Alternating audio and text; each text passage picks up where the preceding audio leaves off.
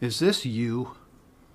Do you feel weak, sheepish, sheared of your own inner warmth and protection? Do you bleat helplessly for a glimpse of that divine essence that you know lies somewhere within you? Do you suspect that the wool of the humdrum everyday life has been pulled over your bleary eyes? That the hollow wooden fence of mundane human conventions has hemmed you in? That you are now just one of the hypnotized flock, being chased around and around the barnyard of the world by the dogs of drudgery, domination, and deceit? Then try Vedanta. No more will you feel caught like a rat in a trap of shallow desire. Followers of the noble Vedanta have long ago transformed the tiny mouse-like squeak of atheism and agnosticism into the powerful lion's roar of Atmic realization, have long since given up their futile death grasp on the baited trap of matter and materialism, have left behind forever the cheesy enticements of the pleasure-seeking senses and their empty sense objects. So join that free and blissful den of lions called sages, seers, saints, yogis, and rishis, who are knowers of truth and bring a long overdue end to religious indeterminacy, philosophical quandary, narrow sectarianism, and base fundamentalism. Immediately adopt the supreme universal spirit of Advaita Vedanta. That listless feeling that haunts you will then die away forever, and you will be free to chart the kingdom of your own soul swiftly, accurately, and contentedly.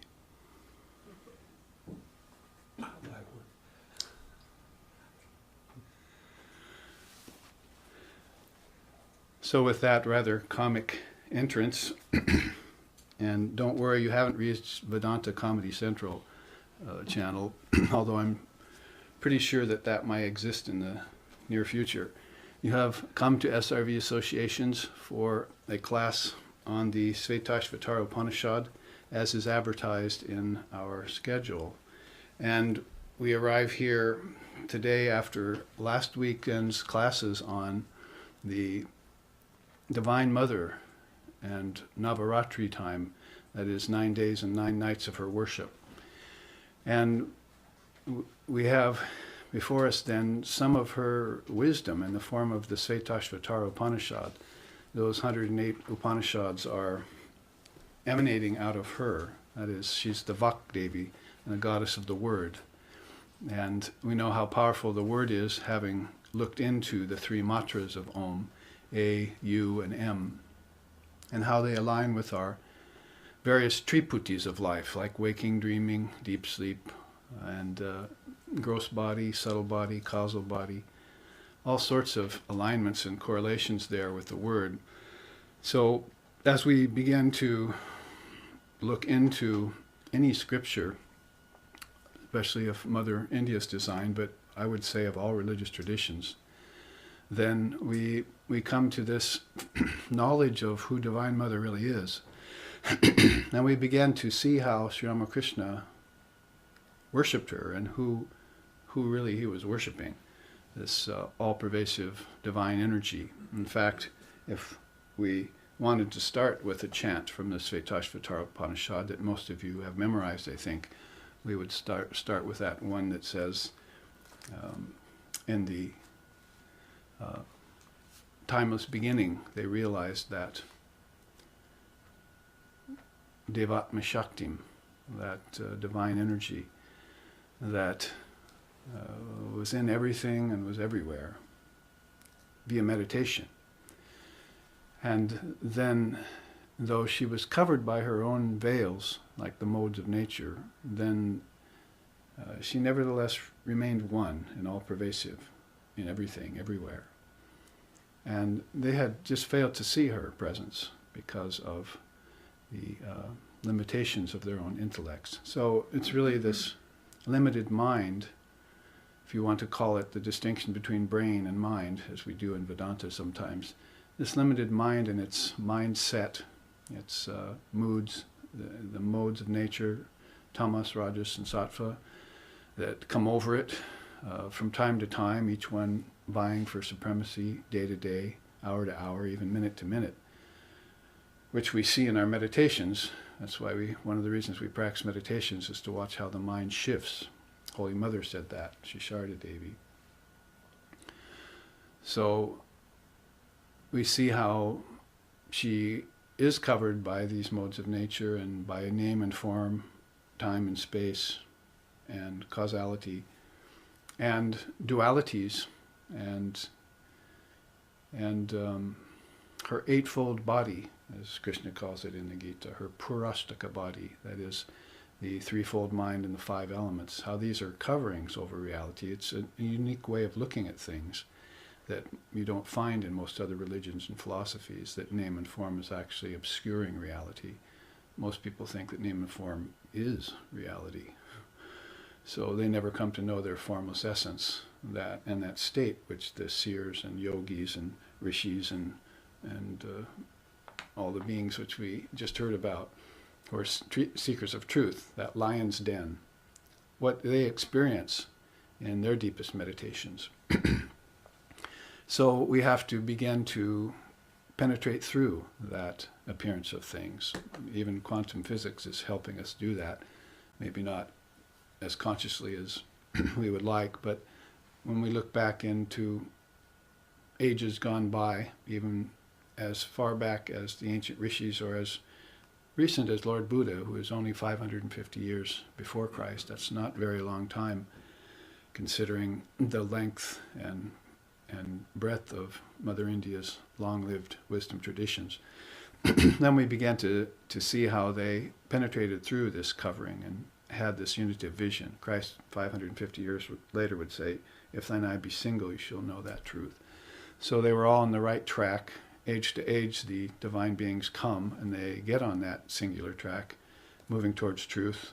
And of course, the higher truth of that appearance of an avatar or a great luminary is that they've already run that track many times in previous lifetimes. Krishna says that in the Gita. I've learned this wisdom from Vivasvat, which was 1,000 years before him. And Arjuna says, "How did you do that?" And he says, "I've had many lives and I remember them all, but you don't remember yours." So these truth seekers have come again and again and blazed that trail from that unity of vision, call it the third eye, if you will, or the Jnana Chakshu, all the way down to earth, and back again when they pass from the body. So that is, they're doing that every age, and so they rather keep that trail open for hundreds and thousands of souls. Samsara pragbara, souls are falling into samsara, but there's also koivalya pragbara, they're getting liberation. Liberation, by the way, is beyond the Western Christian concept of salvation. Liberation is absolute freedom, where you go beyond the Son to the Father. You get oneness. That's that Advaita Vedanta, which I just read out in our comedic beginning, and which makes gods of man and goddesses of women, Sri Ramakrishna says, just even a drop of that, ambrosia or amrit it's called, makes a lion out of a man, a lion of Vedanta like Swami Vivekananda. And that's precisely the chart which we are looking at this morning, which is a new chart for all the live stream viewers, but which we had here recently, and a couple weeks ago in our Vedanta retreat on Divine Mother of the Universe over Navaratri time. I think we started that on the very first day of Navaratri, and it went for 4 days. And we had teachings, not just a few laughs about the images and the idea, but some very deep teachings from Swami Vivekananda, because when I saw this image, which I think the live stream audience is seeing right now, is a cute little kitty looking into the mirror and seeing a lion, then it reminded me of all the quotes that Swami Vivekananda uttered around lions. And so he became known as the Lion of Vedanta for no good reason. And we can start out the class and the first sloka of the Upanishad that way, first sloka of chapter 6, because it says, some deluded thinkers, those are these weak and misled beings, speak of nature, others speak of time as the force that revolves this wheel of Brahman. But really all this is only the glory of the Lord manifested through human beings in the world. So those beings who are weak, who are sheepish, who are caught in the trap of worldliness and materialism, they never know this all-pervasive self and know that it's formless, or seek it in meditation, or understand it at the time of death, or know that they go into it during the time of deep sleep every night. And that formless nature, that side of things, their consciousness is rather shut off to that, but the seer keeps consciousness open at all times, even in the waking state. So the waking state becomes a sort of meditation. Like Holy Mother used to say, does God exist only when you close your eyes and cease to exist when you open them? So she was beginning to introduce us to this idea that the waking state needs to be, you need to see God here, which is what we were reading in the Gospel just before live stream audience joined us this morning, about how Sri Ramakrishna was seeing God in everything and was in bliss because of that. So some beings would see objects and it would give them pleasure or attraction, but the luminary, the illumined soul, would see object and it would be a manifestation of Brahman. So they would get not just pleasure out of it, but joy and bliss. It would everything would suggest to them the existence of the underlying principle of Brahman. And it would be Brahman with form, no doubt, but it's not the absence of Brahman and just Maya you're seeing, like most people are seeing. So put a luminary next to an ordinary soul, they're seeing the same room, same chair, same wall and everything, but one is seeing it as a manifestation of Brahman, pointers to the formless reality out of which all form comes. And the other doesn't have that ability. The other can't put on yellow glasses and see everything yellow, Sri Ramakrishna said. So you take it away and it's back. So those are the glasses of samadhi, or glasses of God vision you put on. You see Brahman and everything. Well, pretty soon you can do that permanently. You practice going in and out of those states so often that you begin to see everything, as the Upanishad says, as the glory of God. And all deluded thinkers are talking about time and nature and other things. So that's really the difference between a lion of Vedanta and a kind of a mouse-like being who has not yet broached the formless nature and who still has fear around it, really. Your attachment to objects, you think it's out of desire or maybe out of pleasure and so forth, but when you look really deep into the matter, you find out that you're in a fearful state when you're without objects, without houses, without bodies, and so you haven't yet opened your eyes to that fearless state of reality that this chart, for instance, broaches in several different directions. So with that sloka of the first sloka of the sixth chapter of the Shvetashvatara Upanishad, which is the last chapter, we've taken some 3 or 4 years to go through this. Our next study after we finish this will be the Taittiriya Upanishad, and we're going through all the Upanishads as much as we can, because Upanishad is Vedanta. That's the fourth portion of the Vedas, and that's become known as Vedanta. It's really recent too, compared to some of the other Indian darshanas. I mean, yoga got systematized by Patanjali fairly recently, but yoga was there all the way back, we know, to Sri Krishna, because every chapter of the Gita is called a different yoga. So there's a time when somebody came along, and in this huge, wide sweep of philosophical understanding and rich spiritual experience, they looked at it all and said, it's time to crystallize it for this age. And they brought it into the form of yoga, or they brought it into the form of Buddhism, or they brought it into the form of Vedanta. And beings gathered around it like under a banner.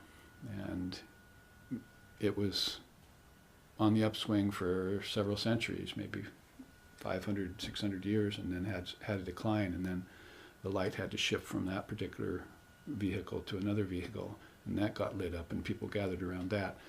So it's this darshan, this clear vision of God through philosophical and religious means, the philosophy and religion being the two wings of the bird, that helps people get off the ground and lose the gravity of fearfulness and attachment and materialism and the unsurety of atheism and agnosticism. Those are little mouse squeaks yet.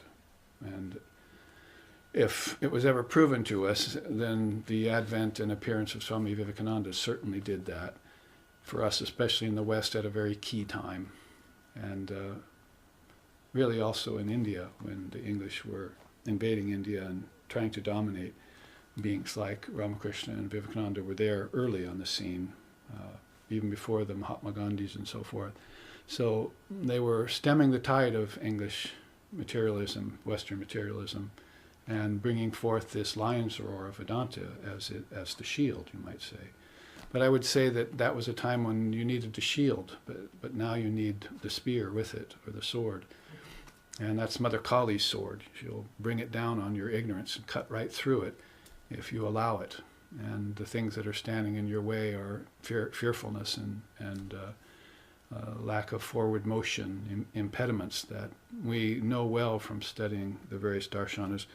We will look at some of the solutions for those in this chart. So let's look at this chart in accordance with chapter 1, sloka 1, Shvetashvatara Upanishad. That's the last chapter of the whole scripture. So maybe when we're all done, I'll give you a t-shirt. I survived the Shvetashvatara Upanishad with Babaji for 4 years, or however long we've been doing it.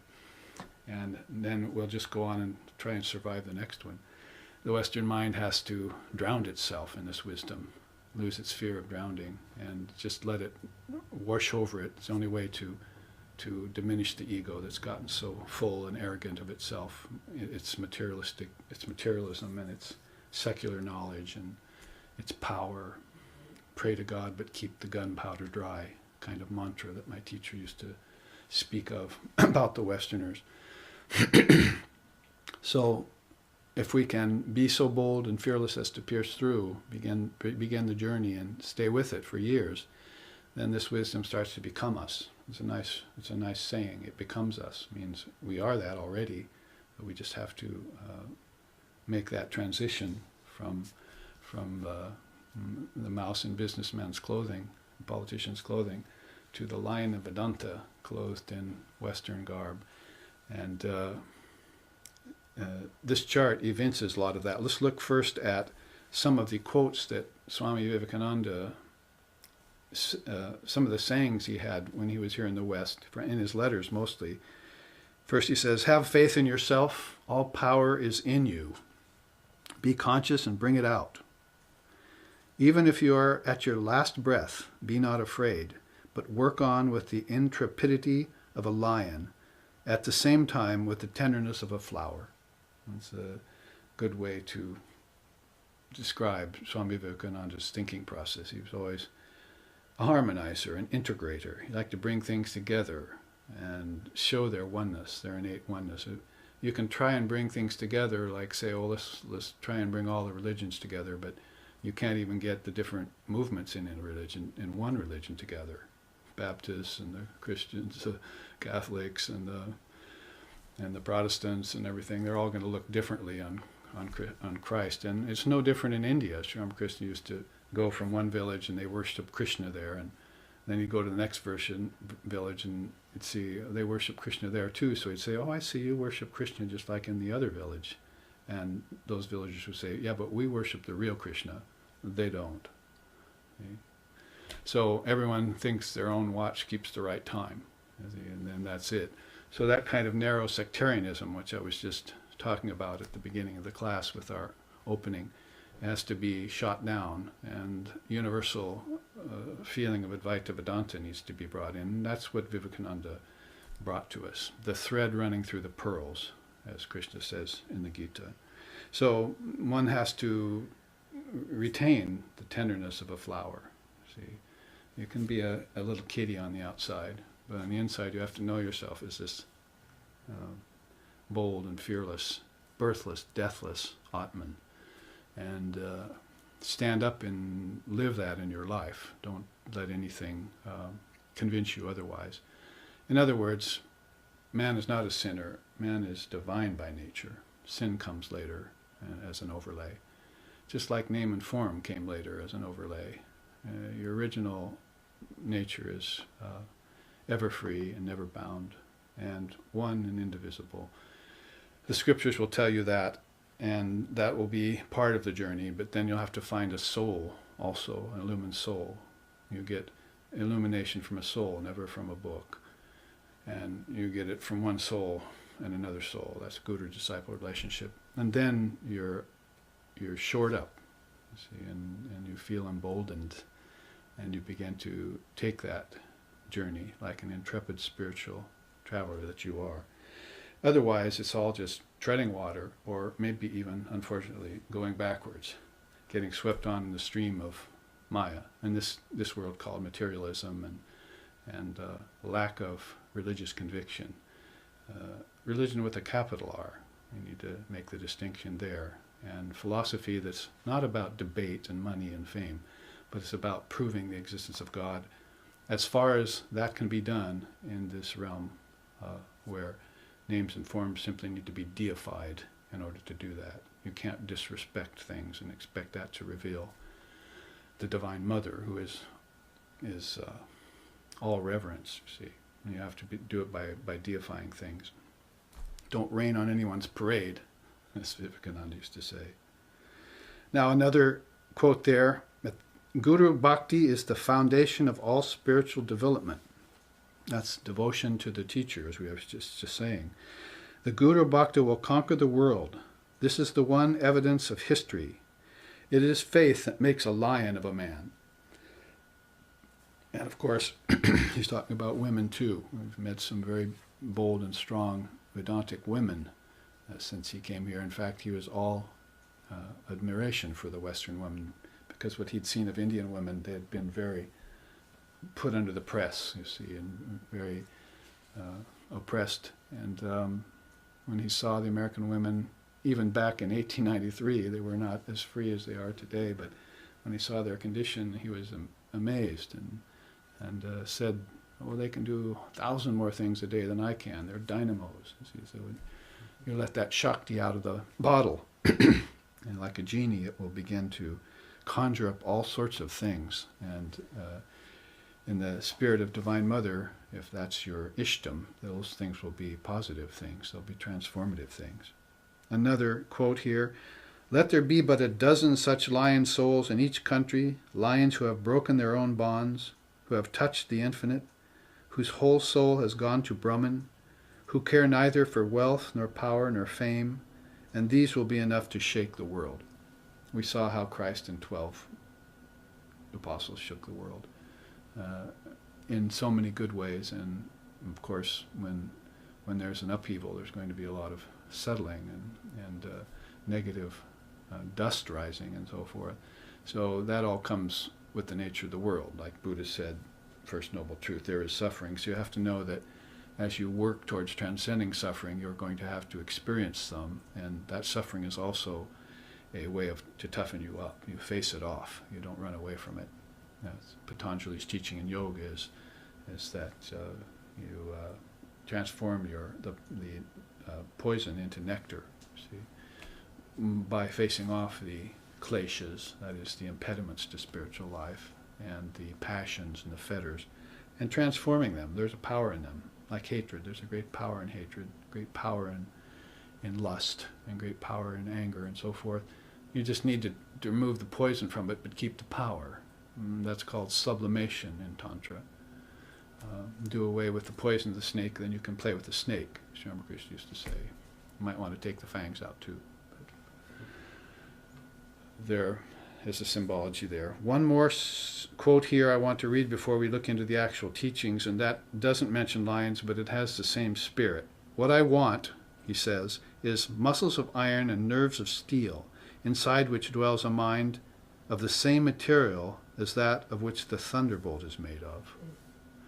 So it reminds us of the Vajra in Buddhism, Tibetan Buddhism, so forth, that kind of inner strength that is there, that is so important. The kind that he always sings about in so many songs. Like in one of our favorites he sings, Kshina smadina sakaruna japanti mudajana nastikyantvi dantu aha dehatma vadatura praptaha smaviragatabaya abhayam pratistam yada astikyantvi dantu chinamana Rama Krishna dasavayam. We will crush the stars to atoms. We will unhinge the universe. Don't you know who we are? We are the children of Sri Ramakrishna. We don't need to hide anymore and fear of those who are against God or who don't like God with form. Ramakrishna has come and he says God is with form, God is beyond form, and God is beyond both form and formlessness too, because form and formlessness are concepts in your mind, in the collective mind. I think I quoted a wrong number last week or one of these recent teachings of 5 or 6 billion people in the world, but somebody in the prison I was teaching yesterday, or the other day, said there's more like 7 billion. So maybe I need to look at Google or something. I very rarely look at on the web, but there's more like 7 billion in the world. So that's a lot of souls holding the space of humanity. And humanity means humans, animals, insects. And that's Bhutakasha, the space of bodies, the space of physical things, planets even, and suns. One sun that takes you 11 centuries to fly around in a jet. That's how big it is. So huge masses of matter, those are bhutas, or objects. And human beings are just objects too, they're bodies. That's what they think they are, and that's what they will be. But it takes that lion's roar to wake them up, and somebody to come before them and say, oh, I see, you don't know that God is, that man is just God walking around on 2 legs. You haven't learned that yet, but in India we've known that for millennia. And there's, even in recent times, with the wave of materialism that's washing over India, there's still a nice substantial collection of souls, lion's den, that is holding that truth of Advaita Vedanta for us so that it is never forgotten. From age to age I embody myself forth to uphold that Dharma and destroy the old Dharma, that which has become outdated, outmoded, and of no use anymore. So there's always this positive change going on as well as this negative change. Which tide do you want to ride? Which wave do you want to surf? Which direction do you want to go? So that's what this song says. We will crush the stars to atoms. We will unhinge the universe. We want to go in that direction that sees through name and form, like the Buddha did, like Christ did in the wilderness, and like Muhammad did on the mountain and so forth. So we want to pierce through, and you can't do it with these senses. You have to shut them down and use your subtle senses, your dream senses, if you want to call them that. And that'll give you a hint of how deep you can go inside, and maybe so deep as to open a single eye. Let's reinvent the curtain of invisibility and drop the cone of silence. See?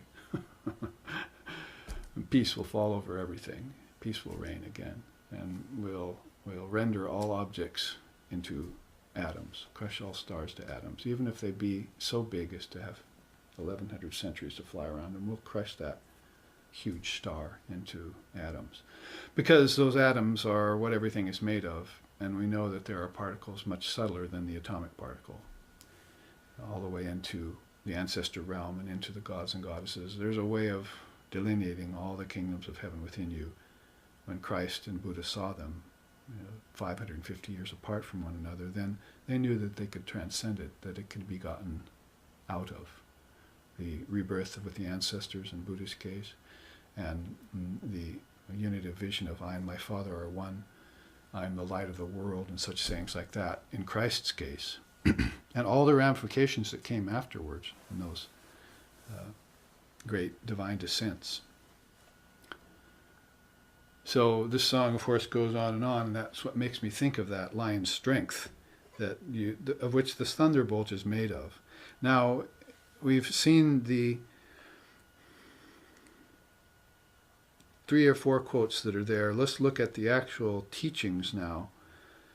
There you see them, and when I got the idea of gathering together all the quotes about lions that were there in Vivekananda's letters, I also thought, let's gather together all those things that he specifically mentions about that have to do with his path of transforming yourself into a lion of Vedanta. You see, the Zen Buddhists have ox herding, but we have lion taming, you see. So we're going to tame our lion. It's a much, much better thing to do, a higher thing to do than to cater to your inner child, or however they're saying it nowadays. And that's back with the emotions. But what you want is to realize your true nature, you see, and that's a very difficult thing to do. Thou art that, no doubt, but how much of a covering or layers have you dropped down in front of that? How much do you, rendering things into atoms, do you have to do? How much unhinging the universe do you have to do? Or how many universes have you constructed that you're attached to, that you have to unhinge? That, of course, is what spiritual practice will show you. It's rather humbling when you look into yourself, in other words, and you see all the work that needs to be done.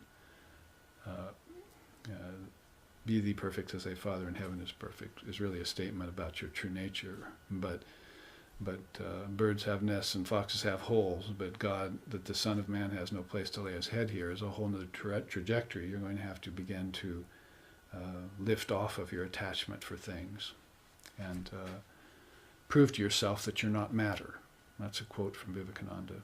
The only way to prove to yourself that you are not matter is to leave matter alone. That's a great direct quote from him in one of his letters. So we have to leave matter alone for a while. See, you could interpret that as for a period of 5-10 years while I do my sadhana. I'm going to take my mind off of things. Or you could interpret it, I'm going to become a monk and spend a lifetime doing that. Or you could interpret it, if you've come upon this truth in the midst of children and spouse and occupation, then you have to say, I'm going to have to do this gradually by stages. So bring in this as much spirituality as I can. Be able to take my mind off of matter in the midst of matter. And that's what Krishna is really teaching in the Gita. He's teaching a warrior, and he himself is really evincing more of a yogi stance than he is that of any other particular darshana. Behind is the Advaita all the time, and then there in front is the importance of the path of devotion. And in order to get to that non-dual path, you start with devotion and then you develop wisdom.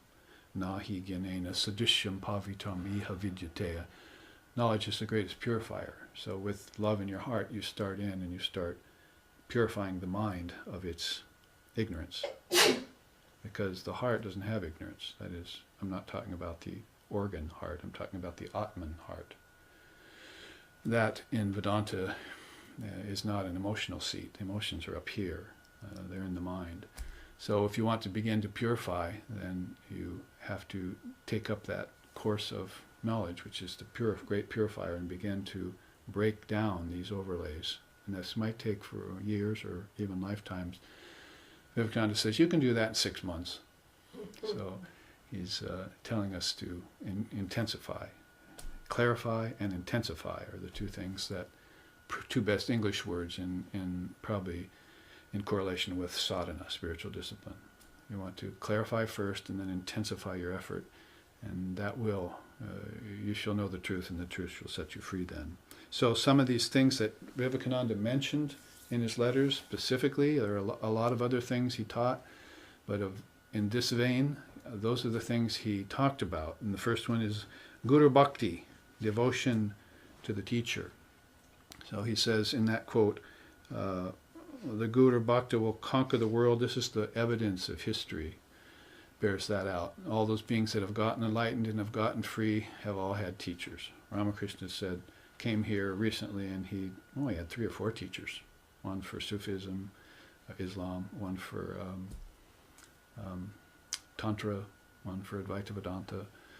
So he was very much showing us that all souls need to take teachers here. And so that's a very big part of our Indian path, is the Guru-Shishya relationships, very key. And Swami Vivekananda, when he talks about Guru Bhakti, he also says at the same time, the Guru has no business meddling with the disciple. That is, hands off was his policy. You want to remove obstacles and let them walk the path. So there you see the difference between some of these charlatans or pseudo-gurus that are coming along and using psychic powers and various things to meddle with the natural course of a human soul. And then those that just come along and help them by removing obstacles they can't see yet. Maybe they will do that by helping you see the obstacle. Ever thought of that? In other words, they might not say, just give you the keys to the Cadillac. They might say, well, how much time will it take, and how can I reveal this particular impediment to this person over a series of days, weeks, months, or years? What's the best way to go? And they'll set that in motion with the Divine Mother's permission, and then the whole thing will be heading towards a certain point of conversion, where a person will all of a sudden wake up and see, oh, that's what I've been dealing with all this time, and I haven't been able to put my finger on it. The Guru is key in helping bring that about. If you didn't have a Guru, that wouldn't have happened maybe for lifetimes. So there's all sorts of subtle dynamics around that, and those of us who have had Gurus can attest to that. Not just the Gurus themselves, but those who have had Gurus can attest to that beautiful process that's going on. Me sitting and listening to my teacher have a question come into my mind, and he answers it. Happened, on the spot every time. I think maybe I'll try and, pull a fast one on him. I'll just think of a random question, and there he is talking about it within a couple of minutes. You see, so he's got the collective mind. You see, the attention of the collective mind, and just like watching fish go by in a pool, thoughts are going around, and he's watching them, and he sees certain ones that are ripe for answering, and he'll pull that out and answer it. You see, it's a very natural process, really. Vivekananda said it doesn't have anything to do really with occult powers and all that. It's more like omniscience. It's a much more pure approach. So anyway, some information about Guru Bhakti. If you want to just take it simply, just sing a song or something, you see. Hari Om Rama Krishna, Hari Om Rama Krishna, Hari Om Rama Krishna, Hari Om.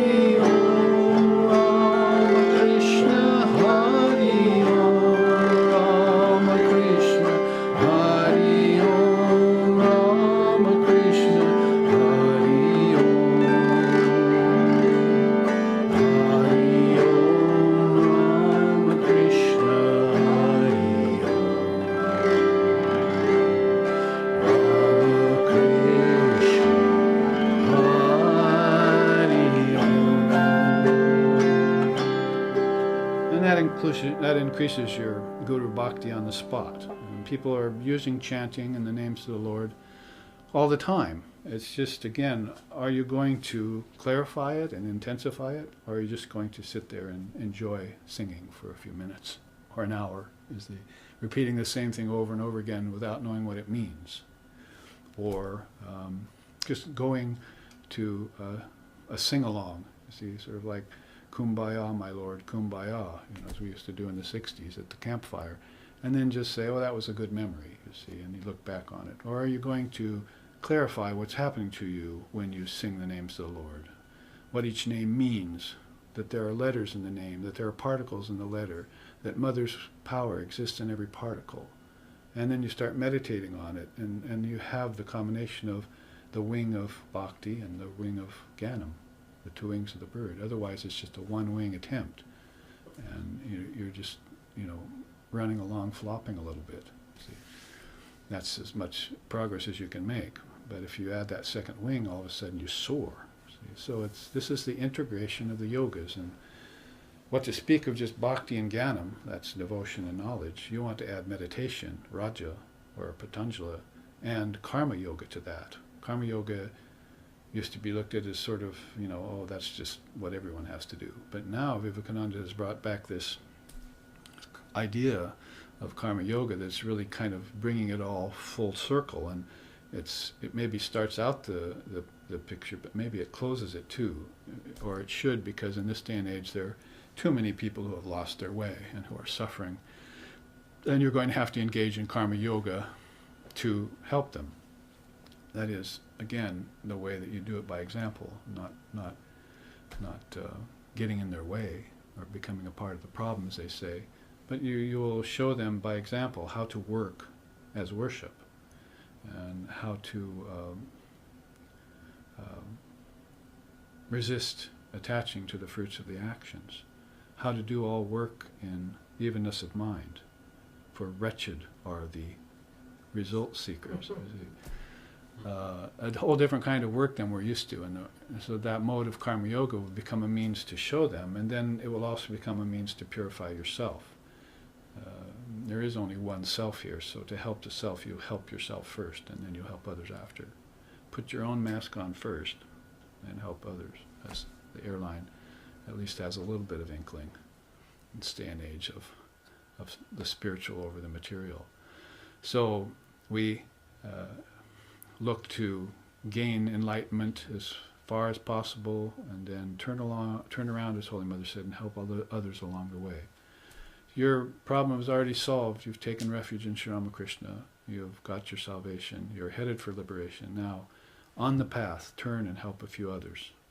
That's what she likes, the Mother of the Universe. So, Guru Bhakti, a beautiful study. Shakti Vandana, worship of the Divine Mother. It's also rare. She's always hidden, like a village cat that rolls in ashes, Sri Ramakrishna describes. So she's always hidden behind the scenes. You're going to have to bring her out. And if you chant her name, as we were just saying, with like Guru Bhakti, then that will help. But she does not accept cheap bribes, like sacrificing animals and various things like that, as some deluded thinkers, as we were reading, might suppose. But she's the goddess of wisdom. So she likes your love. She likes your dedication, your surrender to her, and then she will give you this wisdom. That's what her hands are actually saying. If you surrender, become fearless, then I will give you all boons.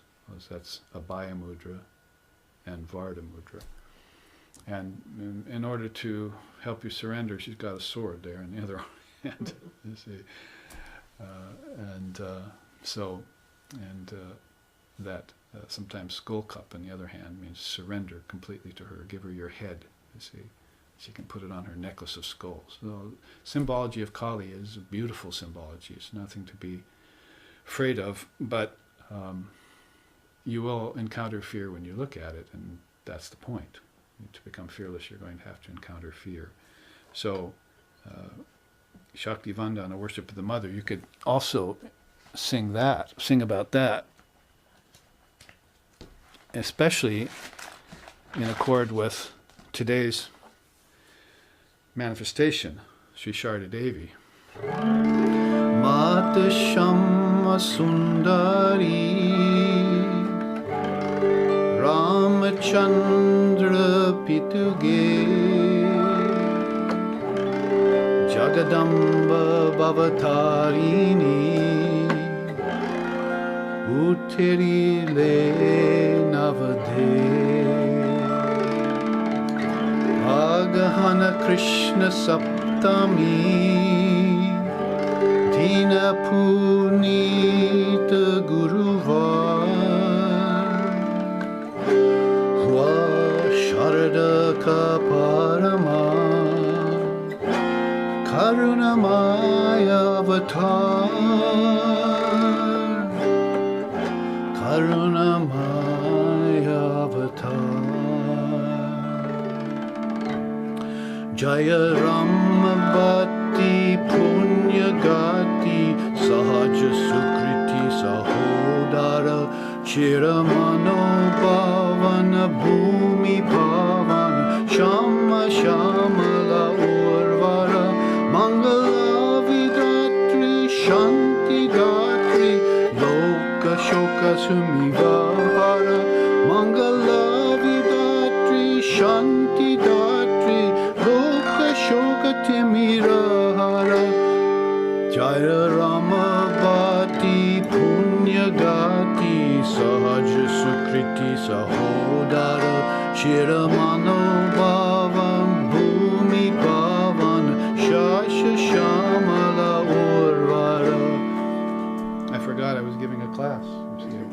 Just start singing it, and as you sing it, hear the meaning come out of it, and see how deep and profound she is, and how she exists as sound, and on, how tone and vibration and feelings that are connected to heart, and teachings. She had a mother, she had a father, Shamasundari, Ramachandra, and they were pious people, and then all of a sudden you're engaged in Leela Jan, you're engaged in an inward version of what spills out on everyone's lawn at Christmas time, you see.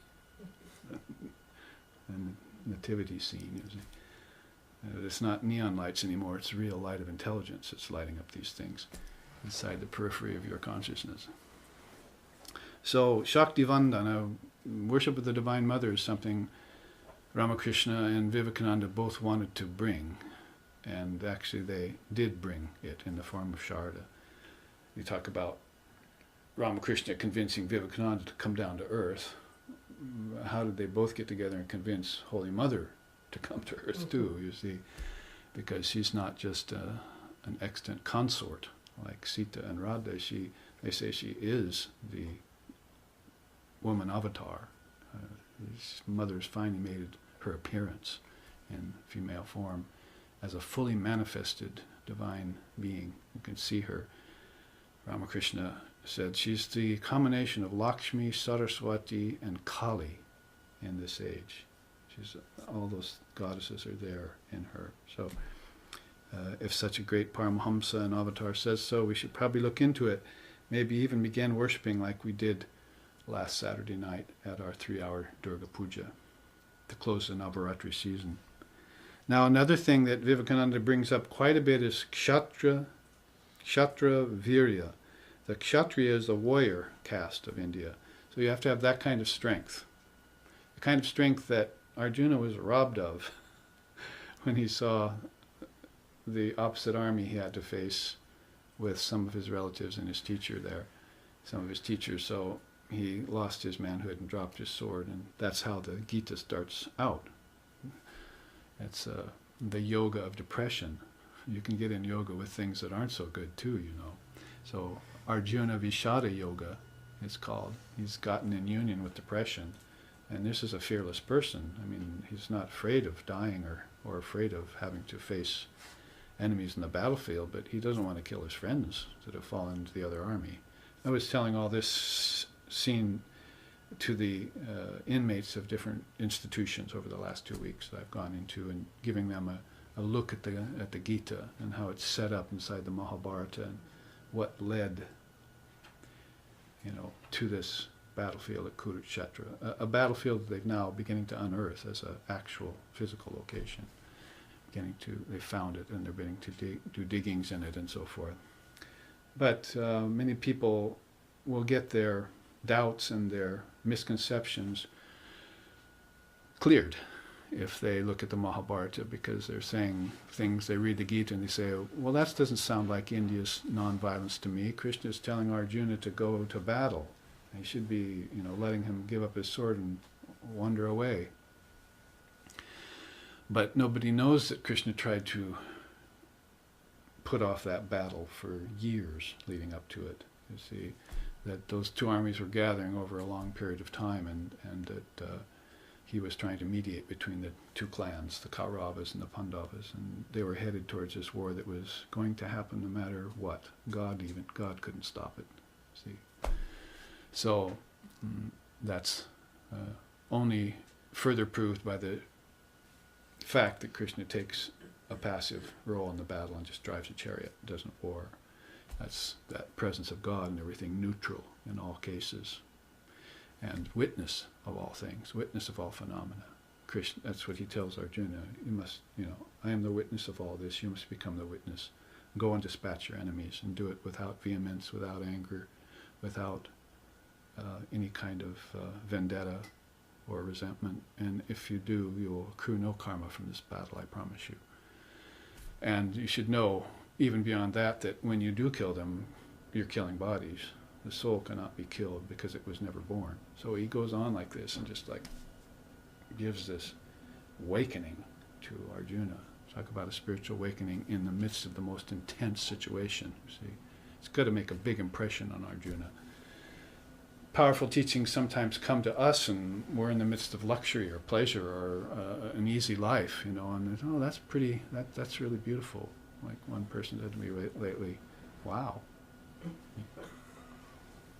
Gave a really precious teaching, and the person said, "Wow," and then never saw him again. You see, so these things will make a big impression on you when life circumstances come together that are difficult, and that's the line making process. You see, that's where you're going to test how far you've come, and if you're going to stay the battle. So the Kshatriya will do that. Virya means strength, a heroic strength like Hanuman had. So that's one of the things that, the third thing that you'll find Vivekananda bringing out a lot in this vein of Vedantic lion taming.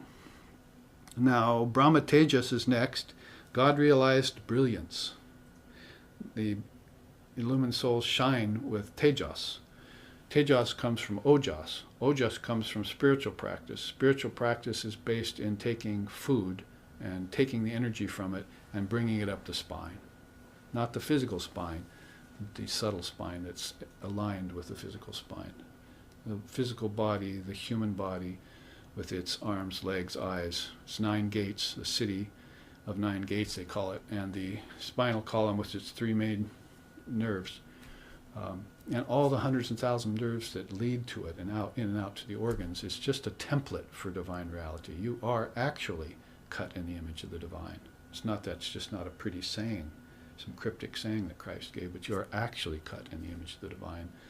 All that complexity there is indicative of very spiritual things, symbolically speaking. The power of the eyes to see, the power of the ears to hear, all the marvels of the harmony and the way the body works together, as well as birth, growth, disease, old age, decay, and death. Those are also marvels. That something so complex will deteriorate and fall apart, but there'll always be a witness of the process. You'll see yourself be born, you'll see yourself die, you'll see yourself be born again. Finally, you'll say, no more birth in the womb of matter for me, only emanation from my divine mother. See, I don't want to be a physical thing anymore and go through that. I want to be a ray of light. So worshipping the mother and the guru will help you do that. It's a surefire way to get yourself out of those samsaric tendencies, or those karmas, those samskaras rather, the samsara and the samskaras that come up, you see, in your life. And so how, you might say, Guru Bhakti and Divine Mother, how do I tell them when they come for me? Brahma Tejas, if they shine with wisdom, by thy fruits thou shalt know them, right? So if If a soul has taken food and gotten healthy, then he probably prayed over that food and purified it of its defects. We don't mean that it was organic or not, because there are going to be imperfections in organic food too. So yes, try and eat clean food, but the imperfections are in it are pretty much somebody sold it, somebody grew it for money, somebody prepared it in a bad mood. Those are the imperfections in food. And those are what you can remove by a mantra. See, you can't use the mantra to render something inorganic organic, non-organic organic.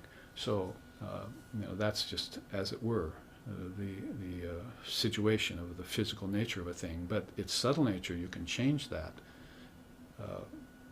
Just like your mind is different than your body in that way. You can change your mind quickly. Your body takes a long time to change. And sometimes the changes can't be put off, like disease and illness and decay and so forth.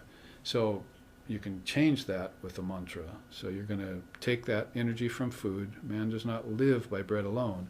And you're going to take that energy up and you're going to feel health. But don't stop there. With a little exercise and a little health, that'll only last you for a few years or a decade or 60 or 70 years at best.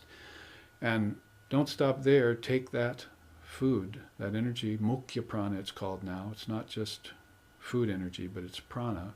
And take it and begin to do practices like study of scripture, chanting, all the things we've been telling. Commit yourself to meditation and a practice, you see, and then that's called sadhana. And that takes that food that has been prayed over, mantras have been said over, and it takes it to a next higher level, subtler level. That's called ojas. And that's spiritual energy. And that ojas then can be taken and turned into tejas. So that's kind of the way that Kundalini Yoga speaks of the process. Kundalini Yoga is one of the great systems of India. You'll find it underlying almost everything in the gospel. As far as spiritual growth is concerned, Kundalini Yoga is mother. See? So there she is hiding. So you have to bring her out, like you would bring oil out of sesame seeds. You would never suspect her to be there, but like oil and sesame seeds, but you would bring that out. And when it begins to rise, then this tejas happens, and people are saying, oh, they saw an aura, and they get all metaphysical about it. But they don't know how the aura was actually generated, how it's being generated by spiritual practice. It's not just a sort of metaphysical light that's around him. It's digested wisdom, and it's beginning to emanate out. And if you get in the periphery of it, like a cold man in the Arctic waste coming on a bonfire, you just get your ignorance, the numbness of ignorance will just go away.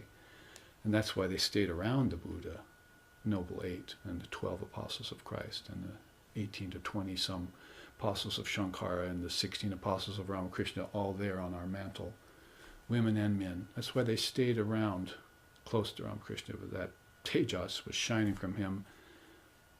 There was no problems in their life that couldn't be overcome. Some of them didn't even have to do sadhana. They just found the grace of the Lord, didn't they? And they stayed close to it. And then maybe he awakened the desire to do sadhana in them. Because in India, the avatar is not a savior. It's an exemplar. Savior only takes you to salvation, but an exemplar takes you to freedom, emancipation, fully illumination. You realize yourself as that. Thou art that. So you can see even one mention of such pregnant Sanskrit words or couplets like these that I've pulled out of his teachings are very deep in him, and he wants us to have them. He wants us to unwrap them. The next one is Ishtanishta, one-pointed focus on God. We're digging too many shallow wells, people. We have to stay with one path and one teacher. And you just have to make sure that your sincerity is good and that path is traditional and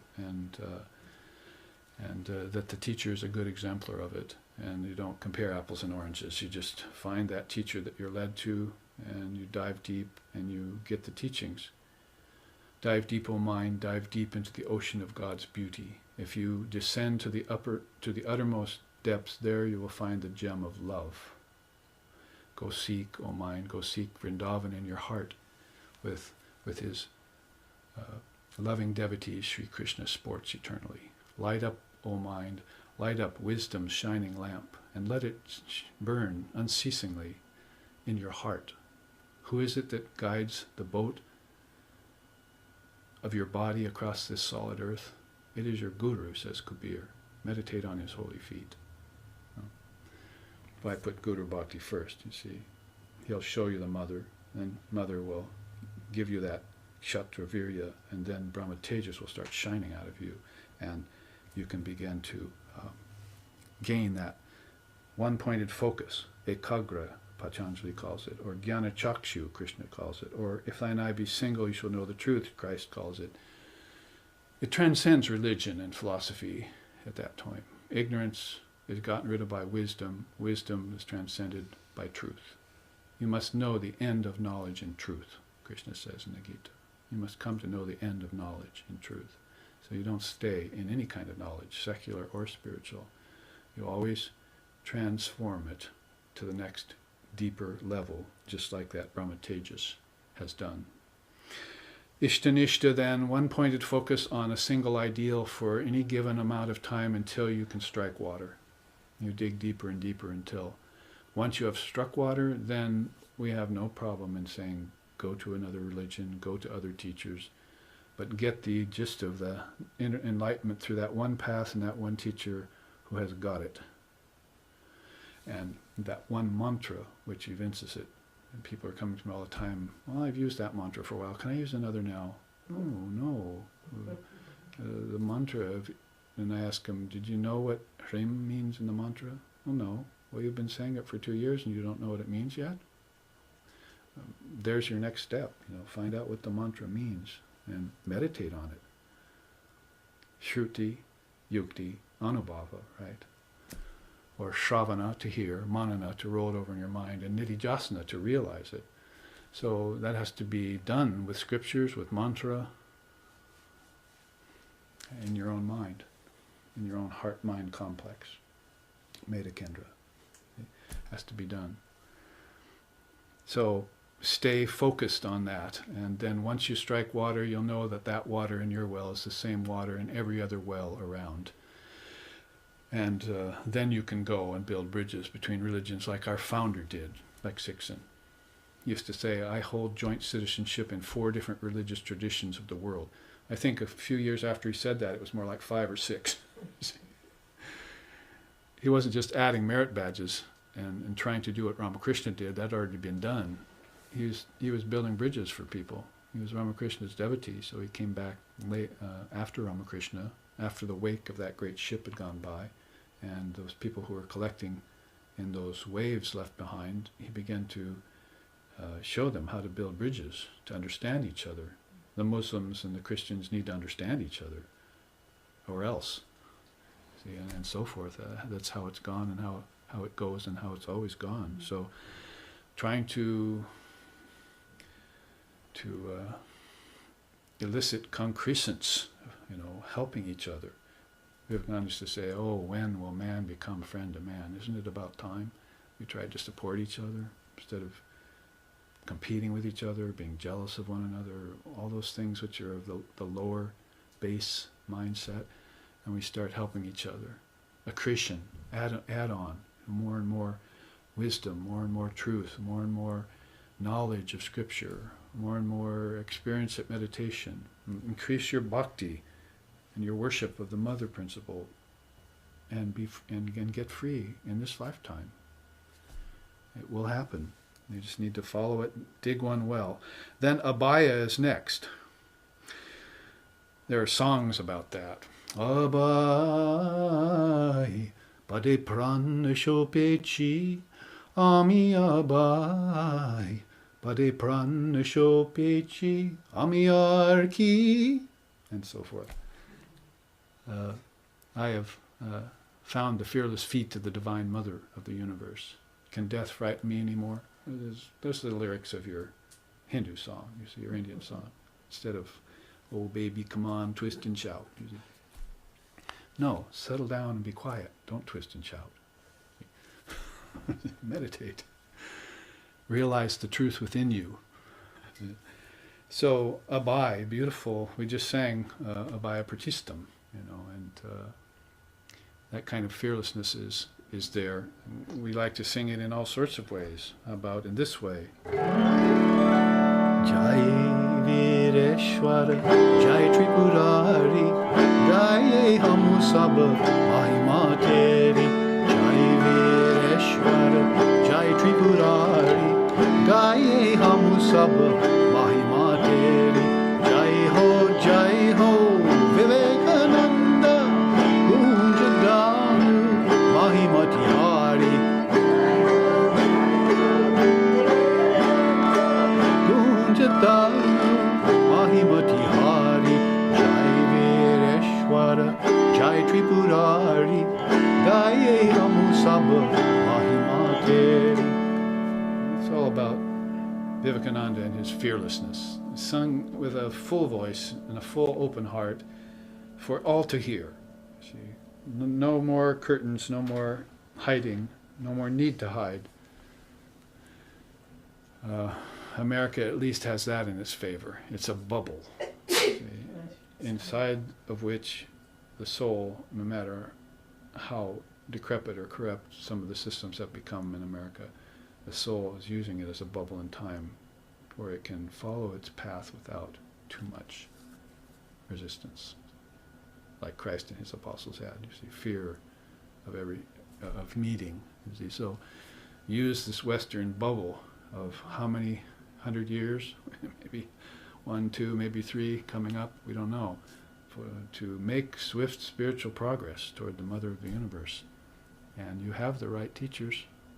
Ramakrishna, Holy Mother, Swami V, Swami Brahmananda, Swami Turiyananda, Swami Premananda, Swami Yogananda, Brahmanandam Shivam Shantam Premarupam Niranjanam Yogisham Adbhutam Nityam Akanda Dvaita Lakshinam Vigyanam Trigunatitam Turyabeda Samgitam Subodham Shardam Chaiva Vivikashashi Bhushanam. Should I go on? Do I start with the women now? Because that's a beautiful chant about all the Swamis, but I made one up with all the women disciples. We were going to work that into our puja. So, Abhaya is there, fearlessness. That's really pretty much the tone of the whole chart, isn't it? Is this you, or is this you? Is this you, or is this you? Will the real you please stand up and make its appearance and come to the forefront and maybe stay there? Don't just come for a minute and disappear. Like, oh, I did some great deed, and then disappear. But come forward and practice loka sangraha. That's how it was put in Krishna's time. Loka, worlds, sangraha, for the highest good of. He's there for the highest good of all living beings, no matter what station they're at, from the pariah and the untouchable, all the way up to the advanced sadhaka. This person who's just about to get their final liberation. That person practicing Loka Sangraha is there to help them. He's the hero for humanity. He's the hero, like Hanuman. And you might as well say, Hanuman jumped the ocean, well, so did Vivekananda.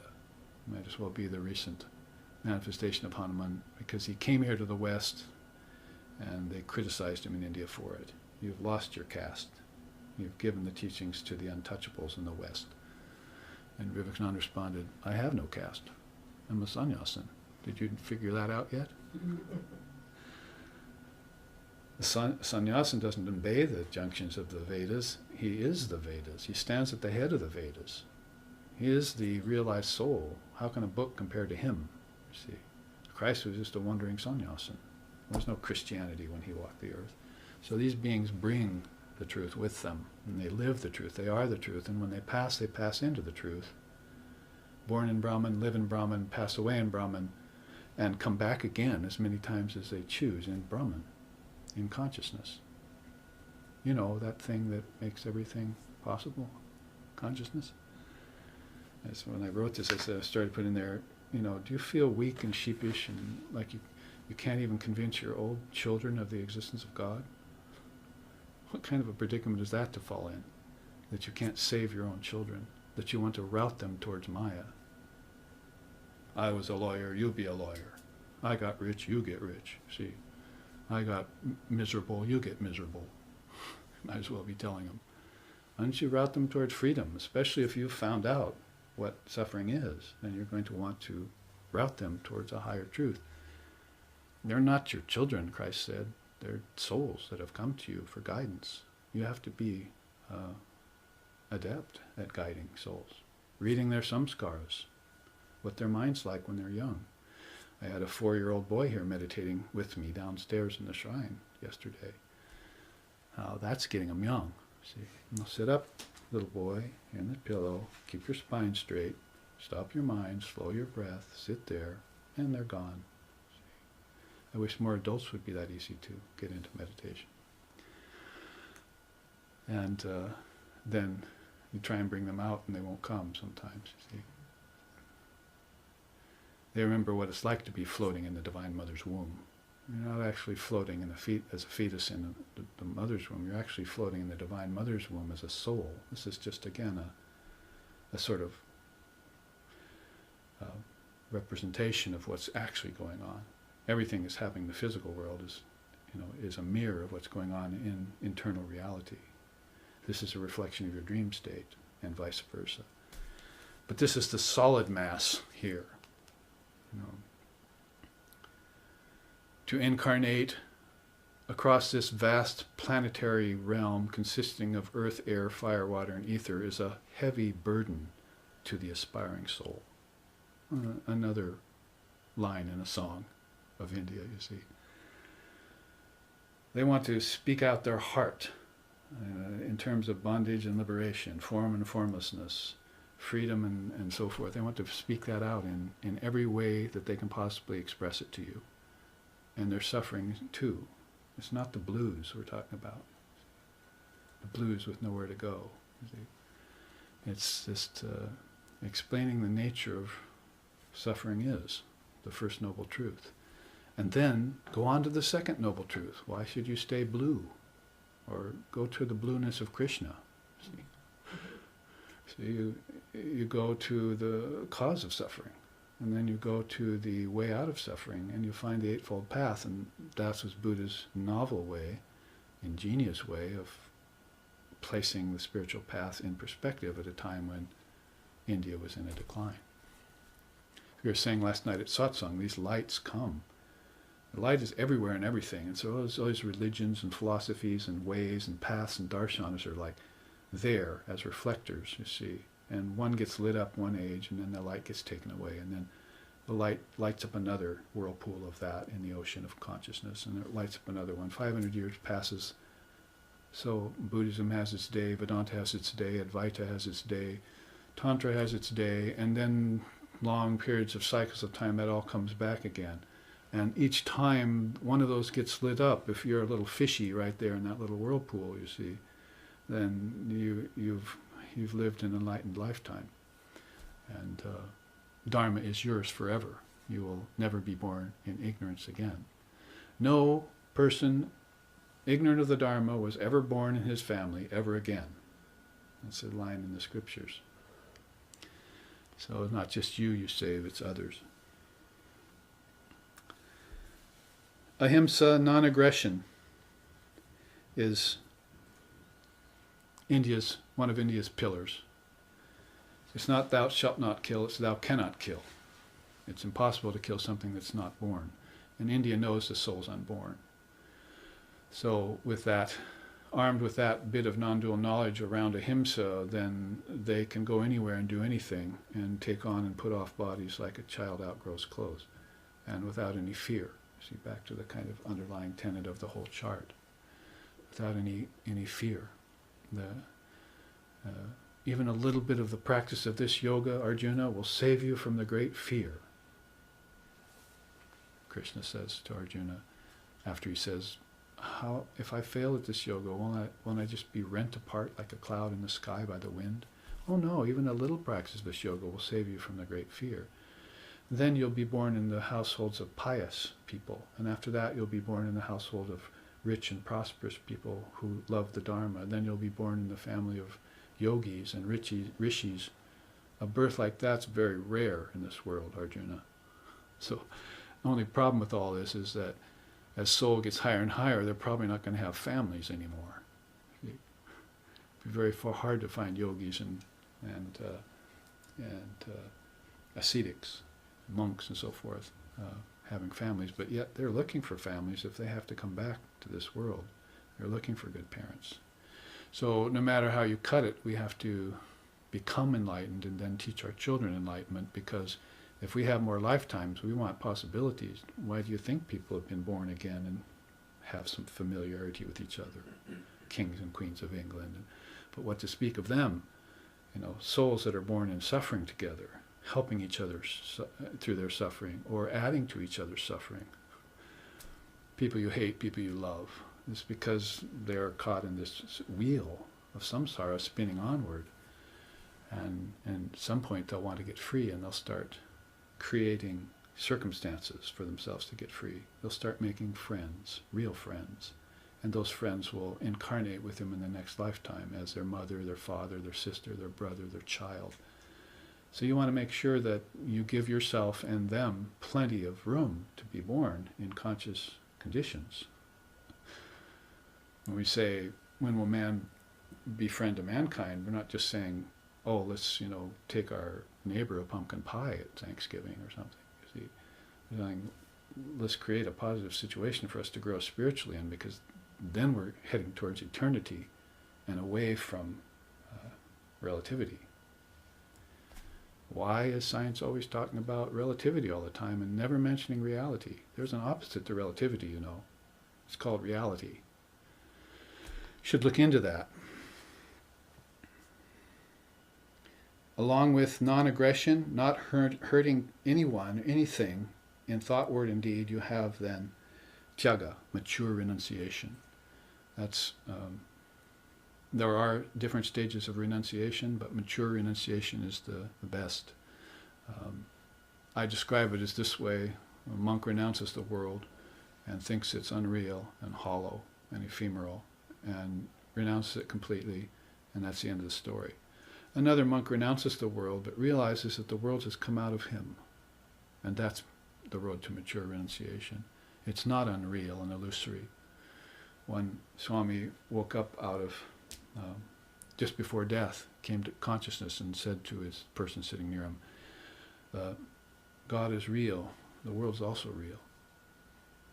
But the teaching of Vedanta is, God is real, the world is unreal. So that sounds like a stage that you have to go through.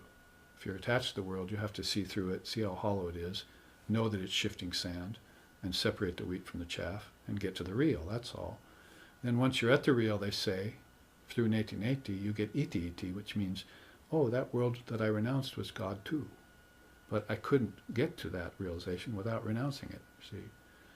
So that's coming full circle in the idea of tyaga, or renunciation. You realize that everything exists within you, that the kings of heaven are within you. But you must keep in mind at the same time that the world and the kings of heavens and hells are all unreal. You renounce them all. Say peace to all. From me no danger be to aught that lives. From those that dwell on high to those who lowly creep, I am the self in all. All worlds, both here and there, do I renounce. All heavens, all earths, all hells. And all hopes and fears, by the way. Fearlessness.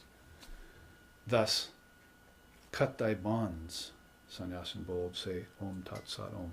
One of the beautiful verses of Vivekananda's Song of the Sannyasin.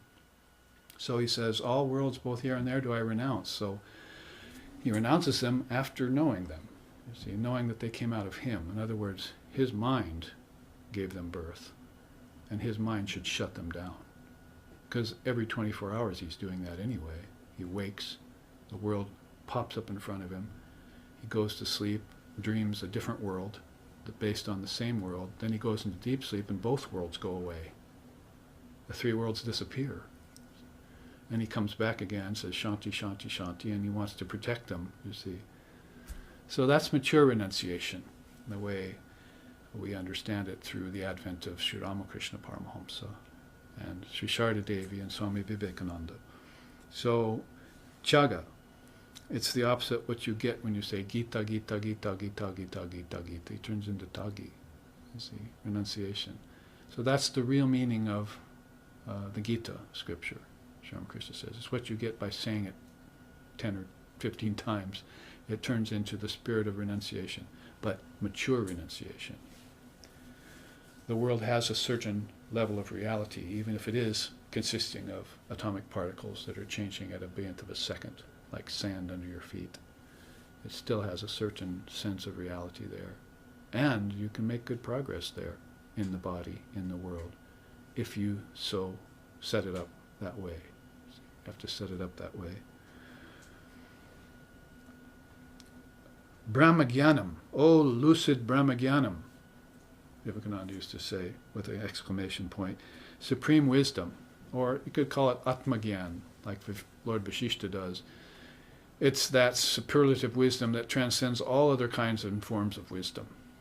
It's far beyond secular knowledge and scientific knowledge and intellectual knowledge. It's even beyond religious knowledge, like knowledge that finds itself into religious folds.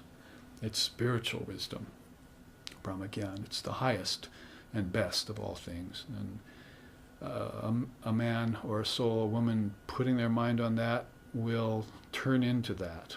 Just like Brahma Tejas, right? That will shine with that very wisdom that they meditated on and digested properly, see. And it just comes out of them. You can't help it. It's this chakra, it begins. And then you begin to shut up here. See.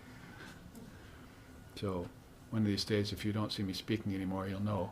Maybe she ran a boat race up here. Samasta Chitta, universal mind. Remember, these are special sayings that I called out from Vivekananda's writings and put into a certain group like this around this whole lion-taming idea. This is what he would sometimes call his man-making policy. He would say that. So he wants to make these timid people, whether they be men or women, into these lions of Vedanta, sure of themselves, fearless, examples to their children, examples to other countries. I used to, in my 20s and 30s, went to India, had learned some of these songs, and I sang these songs in front of the Hindus. Not without some trepidation about my pronunciation, but I had had good teachers, so they said, some of them said, well, we never knew there was anyone in the West that was devout like you. We thought you were all materialists. So you have to be an example and go out there, see, and speak up for not only yourself, but for your culture, and have no fear. Let Mother take you and do what she will with you. Because it'll make an impression on people, and that's building bridges, isn't it? Samasta Chitta, though, you must have a universal mind around that. You must say, number one, that all religion is indigenous to your soul, and that there's no such thing as a foreign religion, with a lion's roar. So all religion is indigenous to your soul, and there's no such thing as a foreign religion. Those two things go together very nicely. And then you have samasta chitta. You have a universal mind and heart. And you can go anywhere in the world, even in front of the Caesars of the world. And they'll say, religion is the opiate of the masses, like Mao Zedong said to Dalai Lama, you see. And you can stand up and say, I'm not really religious, I'm universal. And what can they say? See? Politics is one of the paths to God. Oh, music is one of the paths to God. See? Lover of nature, well, that'll get you to God eventually. Oh, it's universal mind, right? And Ramakrishna was the best exemplar of it that we have seen, probably in all of religious history, I would say. having so many samadhis all the time. Samadhis that weren't even listed in the scriptures he was having. So he was teaching the priests things about that weren't listed in their holy books. So, and what was he after all? Our founder, like Sixon said, just a natural human being. You can call him an avatar, or, and Vivekananda said this later, you can look at him any way you want. Avatar, seer, great soul. But really what you want to call him is just the normal or natural human being. That's what a human being should be like.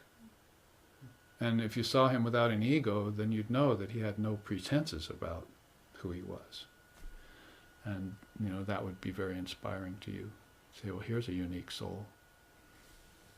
Finally here, in the few minutes left in the first half, samadarshitvam, equal vision towards all. Not only is that something Swamiji brought out recently, but it's one of the favorite words and phrases of many of the Hindus I've met, who aren't necessarily into Vedanta or into any religion. They're sort of an intellectual, universal kind of blend in some of these intellectual Hindus. And they like samadarshitvam, they like equal vision to all. They like that idea. They want to bring that into vogue. So this Vedanta can proceed through non-religious ways. Maybe even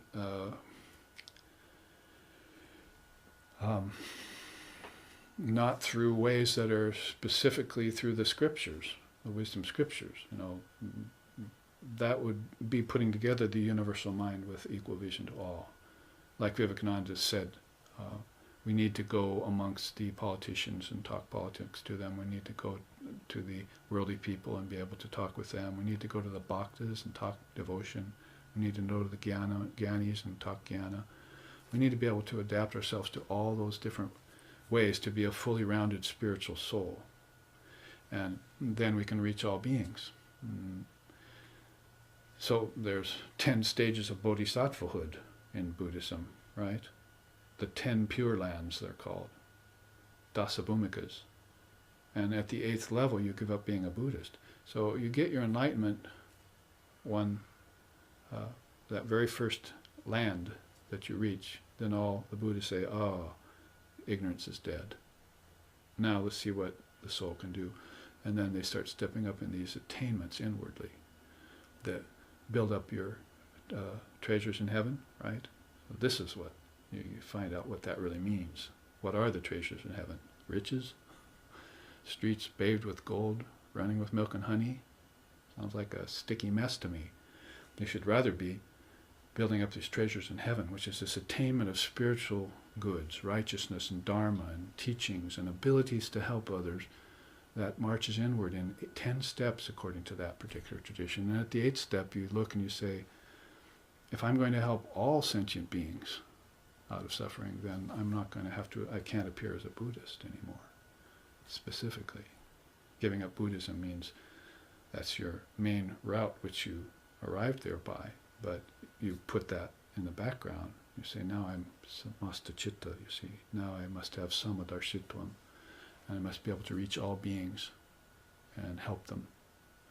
No superiority of one religion over the other, because, number one, all religion is indigenous to your soul, and there's no such thing as a foreign religion.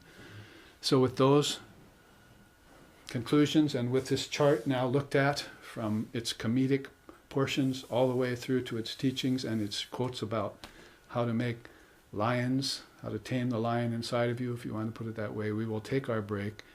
The live streaming audience will be able to see this up close, and we will return in 10 to 15 minutes with more teachings for the second half of our class. Aloha and namaste.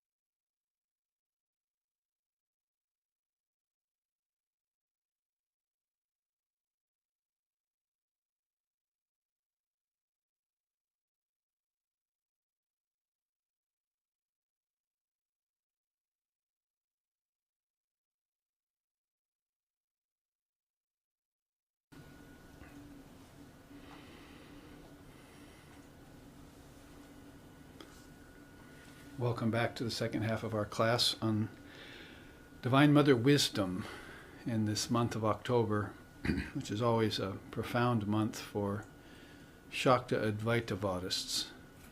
Shakta Advaitavada is a path of non-dualism that is all based in realization of Divine Mother principle. And that is actually the title of a series of classes that will happen starting weekend after next in Hawaii for about 5 or 6 weekends.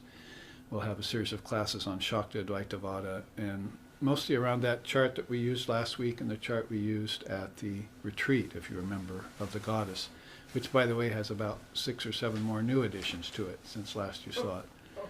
So I'll give you all 10 cents a piece for the new ones if you can find 10 times. Quintuplication. So this second class will forge on into more slokas of the Shvetashvatara Upanishad.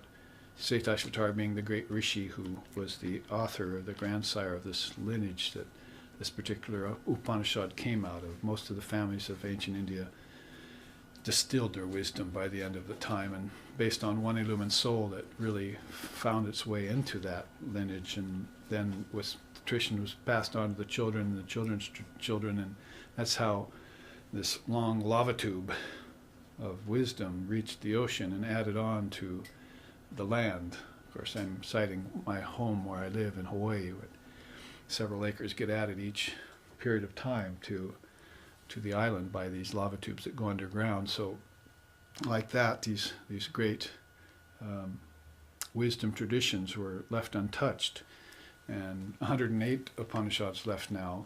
So each one of those, many of them named after a great sire, grandsire of that particular lineage, and all then finding them all in the field of what's called Vedanta. If you want to know what Vedanta means, it's Veda Anta, the end of the Vedas, Anga Parshan, which is these Upanishads. Some of them are very easy read that you could look through in like the Mandukya Upanishad, 12 slokas, you could read it in 3 minutes. But of course, what's contained in the Mandukya Upanishad, if you take it apart, is immense in those 12 slokas.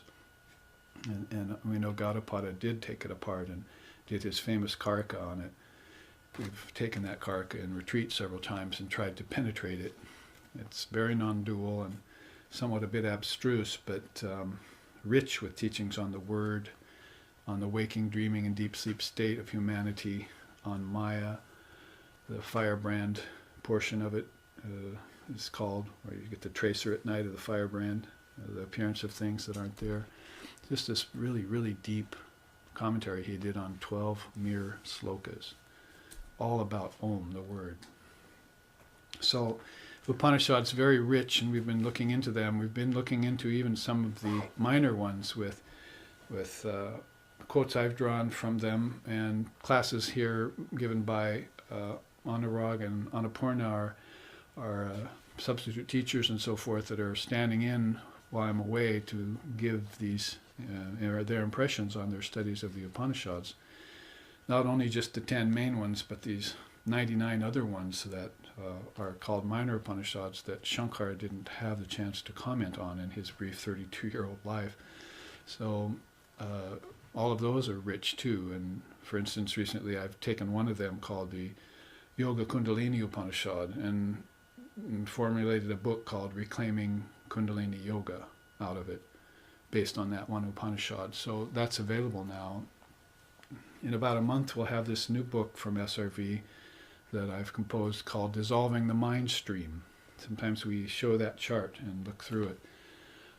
And we will be looking through charts that are both new, like this one on the lion taming principle, and also some old charts that we bring back at least once, twice a year, like charts on the gunas.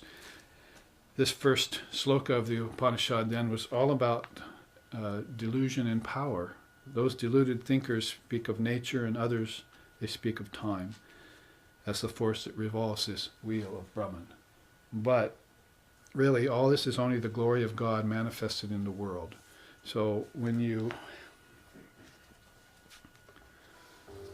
talk about the wheel of Brahman is something that we went through recently already, so I'm not going to take us through this chart in depth. I'm just wanting to point it out because it is mentioned in the first sloka here of chapter 6. And there you see the actual quote that we just arrived to. Some deluded thinkers speak of nature, others of time. So it's right there. I actually formulated a chart based upon that sloka. But if you want to know what the wheel of Brahman is quickly, we think of Brahman as a grand wheel whose every revolution gives rise to two, like virtue and vice, pleasure and pain. It's propelled by means of a single belt. And it has triple tires, the three gunas. We'll look at that next. It's the next sloka, and the Upanishad actually speaks about the triple tires. It has one felly called nature or Maya. It has 16 extremities, mind, 5 knowledge senses, 5 active senses, and 5 elements, right? The Mahabhutas, Karmendriyas, and Gyanendriyas. It has 50 spokes. It's quite a wheel. It's growing. That is, it has fallacies, disabilities, contentments, and occult powers in it, called viparyayas, ashaktis, tushti, and siddhis. Remember, I am Shakti, I am Ashakti, and the quote, you're beginning to look into Mother and her Mayic power, both, the divine enchantress Mahamaya, and then her Maya, too. It's driven along 3 different roads called wisdom, righteousness, and unrighteousness, or Jnanam, Dharma, and Adharma. And it has 20 counter spokes, that is the sense objects, the 10 senses and their objects. Now you're going inside to your dream senses because your outer senses are 5, but you have 5 dream senses tonight when you go to sleep and dream, and 5 subtle elements too. And it has 6 sets of 8, and that's where it really gets involved. 8-fold nature, 8 body ingredients, 8 psychic powers, 8 mental states, 8 superhuman beings, and 8 virtues of the soul, all listed here. I'm not going to take you through them all, but suffice to say, if we skip to sloka 3 for a second, after setting the creation in motion and withdrawing himself from it, he unites the principle of spirit with the principle of matter, using 1, 2, 3, and 8 through the mere instrumentality of time and their own inherent properties. So the wheel of Brahman gets excited, gets instigated, and it begins to roll, just like a snowball downhill, and it begins to add on. And this worlds of name and form begin to just expand, as it were, and then they will reach a ultimate state, and then they'll begin to contract, and that's called cycles of time. So that's why beings, back to sloka 1, some deluded thinkers speak of time as the force that turns the wheel. But as we hear here, it's all just the glory of God. They're missing the main ingredient when they say nature is the reality, time is the reality, space is the reality. In other words, what scientists are studying, they think that's the ultimate.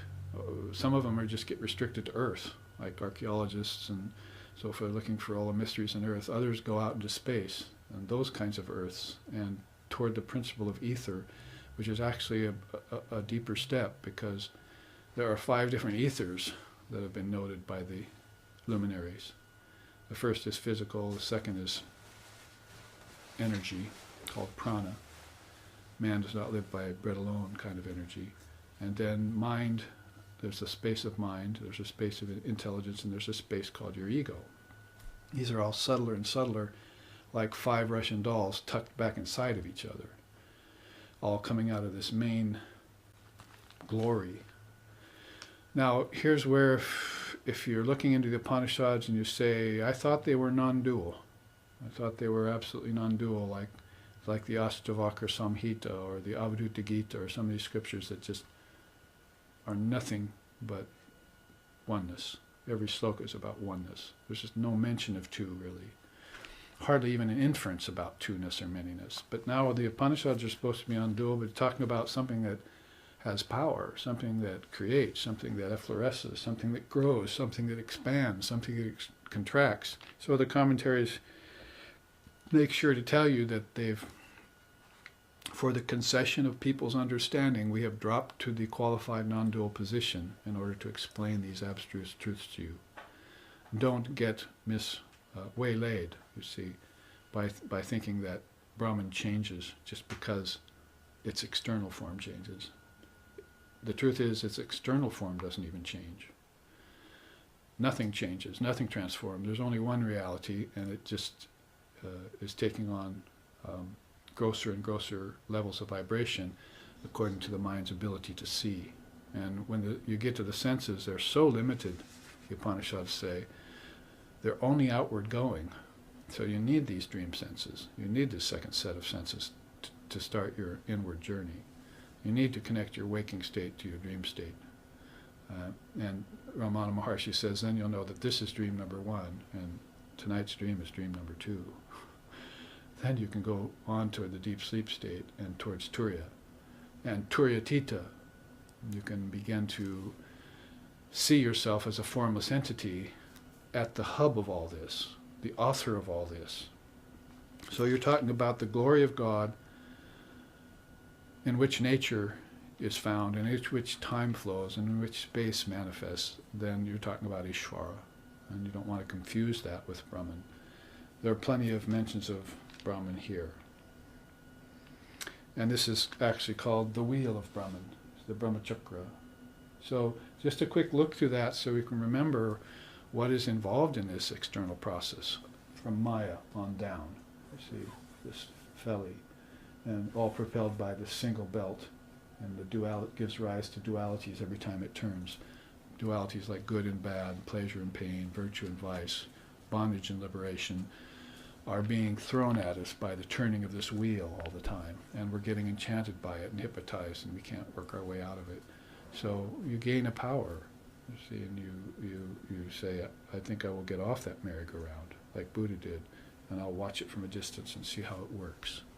Then you can come up with a great set of slokas like this, which is found here earlier in the Upanishad. That's chapter 1.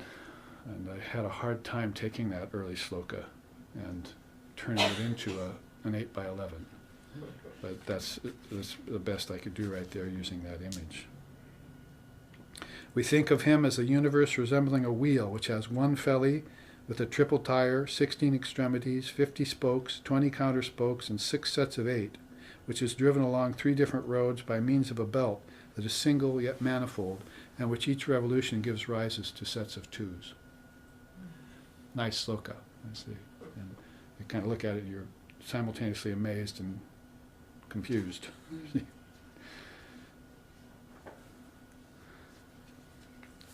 So, referring back to that, the second mention of the wheel of Brahman in this Upanishad, just quickly, now let's go to sloka 2 so we make some scriptural headway here. It should be known that energy assumes various forms, such as earth, water, light, air, and ether. At the command of him who is the master of the gunas and the maker of time, who is omniscient, who is pure consciousness itself, and by whom all this is ever enveloped. Now you're leaning more toward the purely non-dual Brahman, away from the glory of God. You can connect the two, but it's just that they say Brahman cannot be the cause of anything. That's where you would go to the Word. In the beginning was the Word. You can't say in the beginning was Brahman, because it had no beginning. Actually, not even the Word has a beginning, but that's the best origin to go to. That's why origins is so big in Western Christianity. Ideas, in the beginning was the Word was with God, and the Word was God, so you have to go towards that. So here, you're tracing everything back to a vibration, and that unstruck sound of Om is the primal vibration, like the sound inherent in a bell.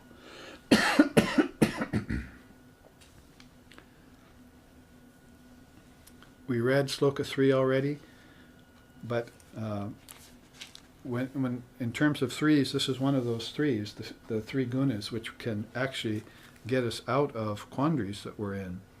The gunas, as we've noted before, are not just like saying, I'm in a good mood today, I'm in a bad mood today, or I'm in an indifferent mood today.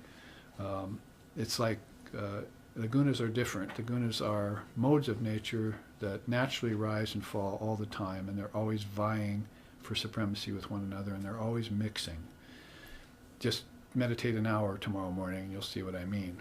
You watch your mind, and you see how it's inadvertent and lazy and dull, see, resistant, and then you sit a while, and then maybe it becomes balanced. Then all of a sudden it gets restless. It's not happy with balance. See, and so those are the three gunas in the mind. You'll find them in nature, and you'll find them in action. Those three things the gunas show up in: action, slothful action, restless action, balanced action, and then nature, rushing river, swamp-like river, quiet river, pure river, and then in your mind. And the ones in the mind are the most helpful for us to note. In fact, that's what Holy Mother says. The reason you meditate at the same time every day without fail is that you will be able to see how the mind changes. And when you have that advantage, you'll have the advantage over all other beings, that you can detach. Once you know a thing, you can detach from it. If you don't know it, it gives rise to fear and doubt. Knowledge is the purifier. You have to kind of confirm that inside of yourself, and then get knowledge around earth, get knowledge around water, get knowledge around light, get knowledge around air, get knowledge around ether. And that's what science, biology, and all the secular sciences are doing. It's just that as they started doing that, they got caught in that. And they didn't go on towards yoga psychology, towards inner air, inner fire, inner water, inner air, inner ether. You see, pranic ether, mind ether, intelligent ether. Their particle stopped at the gross vibrating particle and couldn't make a transition into subtler particles. That's why Sri Ramakrishna said if you drop a sugar cube in tea, drops into 2 clumps, that's duality, then probably three or four portions, then finally into granules, and finally completely dissolved into one mass of sweet liquid. So that's how the mind dissolves. We actually show the children that and see how the mind can dissolve back to its source. That's dissolution of the mind stream, the name of this book we have coming out in the next few weeks. Then, in order to show them how the mind gets recrystallized, we just tie a string to a pencil and drop that in the water and wait for several weeks, and then the string sucks up the water, and then the sugar crystallizes. So there's a way of dissolving the mind, and then a way of reforming it. Now that happens every breath. That happens every 24 hours to your mind.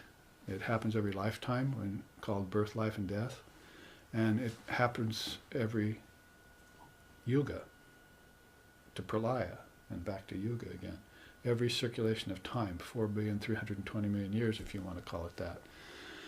And so that's all going on in different dimensions of time, but it's all happening in a single moment inside of you. The seer who realizes that gets free from time, space, and causality. Nama, rupa, nimitta. See, time, name, form, and time. Name, time, and cause and effect. So that comes from not getting stuck in just studying physics. Because when you're studying physics, you're studying nature. And when you're studying nature, you're studying Maya. And Sri Ramakrishna said, never study Maya. You should observe it from a distance. If you study it, it'll suck you in. So this is what we think has happened to people who have lost their way to divine reality, who have not seen the lion in the mirror, you see, and are now beginning to tame it, that is, really make it their own, return to the source, if you will. So this is where way you put these two charts together, and just quickly through this chart, the soul down in tamas is under the power of obscuration. Things get covered, like knowledge of higher things get covered. That's tamas. You can have tamas then in a very intellectual person. Mr. Thomas's neighborhood, you see. But in Mr. Rogers' neighborhood, that is Rajas, you have activity in a very restless person. You see, a person who's active, a person who probably thinks, I made good progress today, but was really just standing in one place like a hamster on a wheel. Talk about mice in a suit, and now you've got a hamster in a wheel, you see, going nowhere faster. Going nowhere faster. So that's rajas. It makes you look like you're making headway and so forth. But the devotee will stand back from that and say, oh, I see, nothing's really happening. I am in one place. That place is called Atman. But I'm not spinning my wheels there. That's my true nature. So I withdraw from rajas and look at it. Then sattva. So you come to sattva and you hit the power of revelation. Power of projection was here. Power of obscuration was there. And you can see, we've looked at this chart before, you can see some of the attendees on that. Source of desire, constant attachment, mental disturbances, sorrow and pain, illusory appearances, bondage, dullness, false thinking, all of those are the properties of tamas and sattva. And when you get to, tamas and rajas, but when you get to mixed sattva, that is, there is sattva, but Shankara has made a distinction between pure sattva and mixed sattva, and it's an interesting one. Mixed sattva is absence of pride, beneficial denial, that would be like a kind of renunciation, spiritual practice, sense control, faith, devotion, the desire for liberation called mumukshutvam, which is the fourth treasure of Vedanta, and one's divine nature. That's all comes about by staying in a sattvic balanced position. So I was telling the inmates at the correctional institutions that I was going into recently about that kind of balance. That's your sort of your you can take that as your penultimate goal. Even if you haven't got a teacher, haven't chosen a path, haven't read a scripture, just try and keep your mind even all the time. Don't react to loss or gain, virtue or vice. Stay the same no matter what happens to you. Practice the Tao, if you want to put it that way, or practice balance, or practice equanimity, upekshanam, the Buddhists call it. It's there as a very important part of every religious tradition and every spiritual pathway. In fact, we call it in my tradition peace of mind, shanti, shanti, shanti. And Holy Mother said, you need peace of mind first and foremost. Never lose your peace of mind for any reason. So that would mean losing your job, God forbid losing a spouse or a child, whatever happens, or never lose your peace of mind for any reason. That is the one thing you must keep. So we would call that a practice of sattva. Now, sattva must be transcended. It's a gold chain, and this is like a copper chain, and this is like an iron chain. See? They all bind you. So sattva is a kind of, well, you can see its attributes here, and it's kind of a love of pleasure. Not pleasure down at the gross level, but it's a love of subtle bliss, let's say. It's kind of a subtle bliss. It's not ultimate bliss yet, because it can be interrupted by rajas and tamas. And you feel their urge to do that all the time. Even if you're practicing sattva, you feel rajas trying to come through, you feel tamas trying to come through, and your practice is just to remain even. So you have to build up some subtle muscles to resist that, you see. Maybe roar like a lion at tamas when it comes around. But pure sattva is an entirely different thing. Now that is a transcendent position. Look at its qualities. It is pure, vishuddham. It is useful for liberation. It reflects the Atman and it emanates light, bhati. So, Astabhati Priya, some of the ancient names for God in India, Astabhati Priya. So that bhati is light, the light of intelligence. So pure sattva is more than just a springboard towards something. It's actually the jump itself. And if you play your cards right, as it were, you play these gunas right, you will end up in Adhyatma. 3 gunas are in equilibrium now. It's when they break into disequilibrium that the worlds are formed. But when they're back in equilibrium, the worlds go away. So that's how important the 3 gunas are to Vedanta philosophy, Samkhya philosophy, yoga, and other great darshanas of India. You want to make sure you know them, because nowhere else will you find this teaching of the 3 gunas. In conventional ways of proceeding, you find moods. Oh, I'm in a bad mood, good mood, see, or something like that. And you blame yourself for it. See, but in the gunas, you know that they're in nature, and you are in nature right now. That is, as far as your body and mind are concerned. Your soul never is. But you're trying to realize that soul by transcending these conditioned states of awareness, let's call them.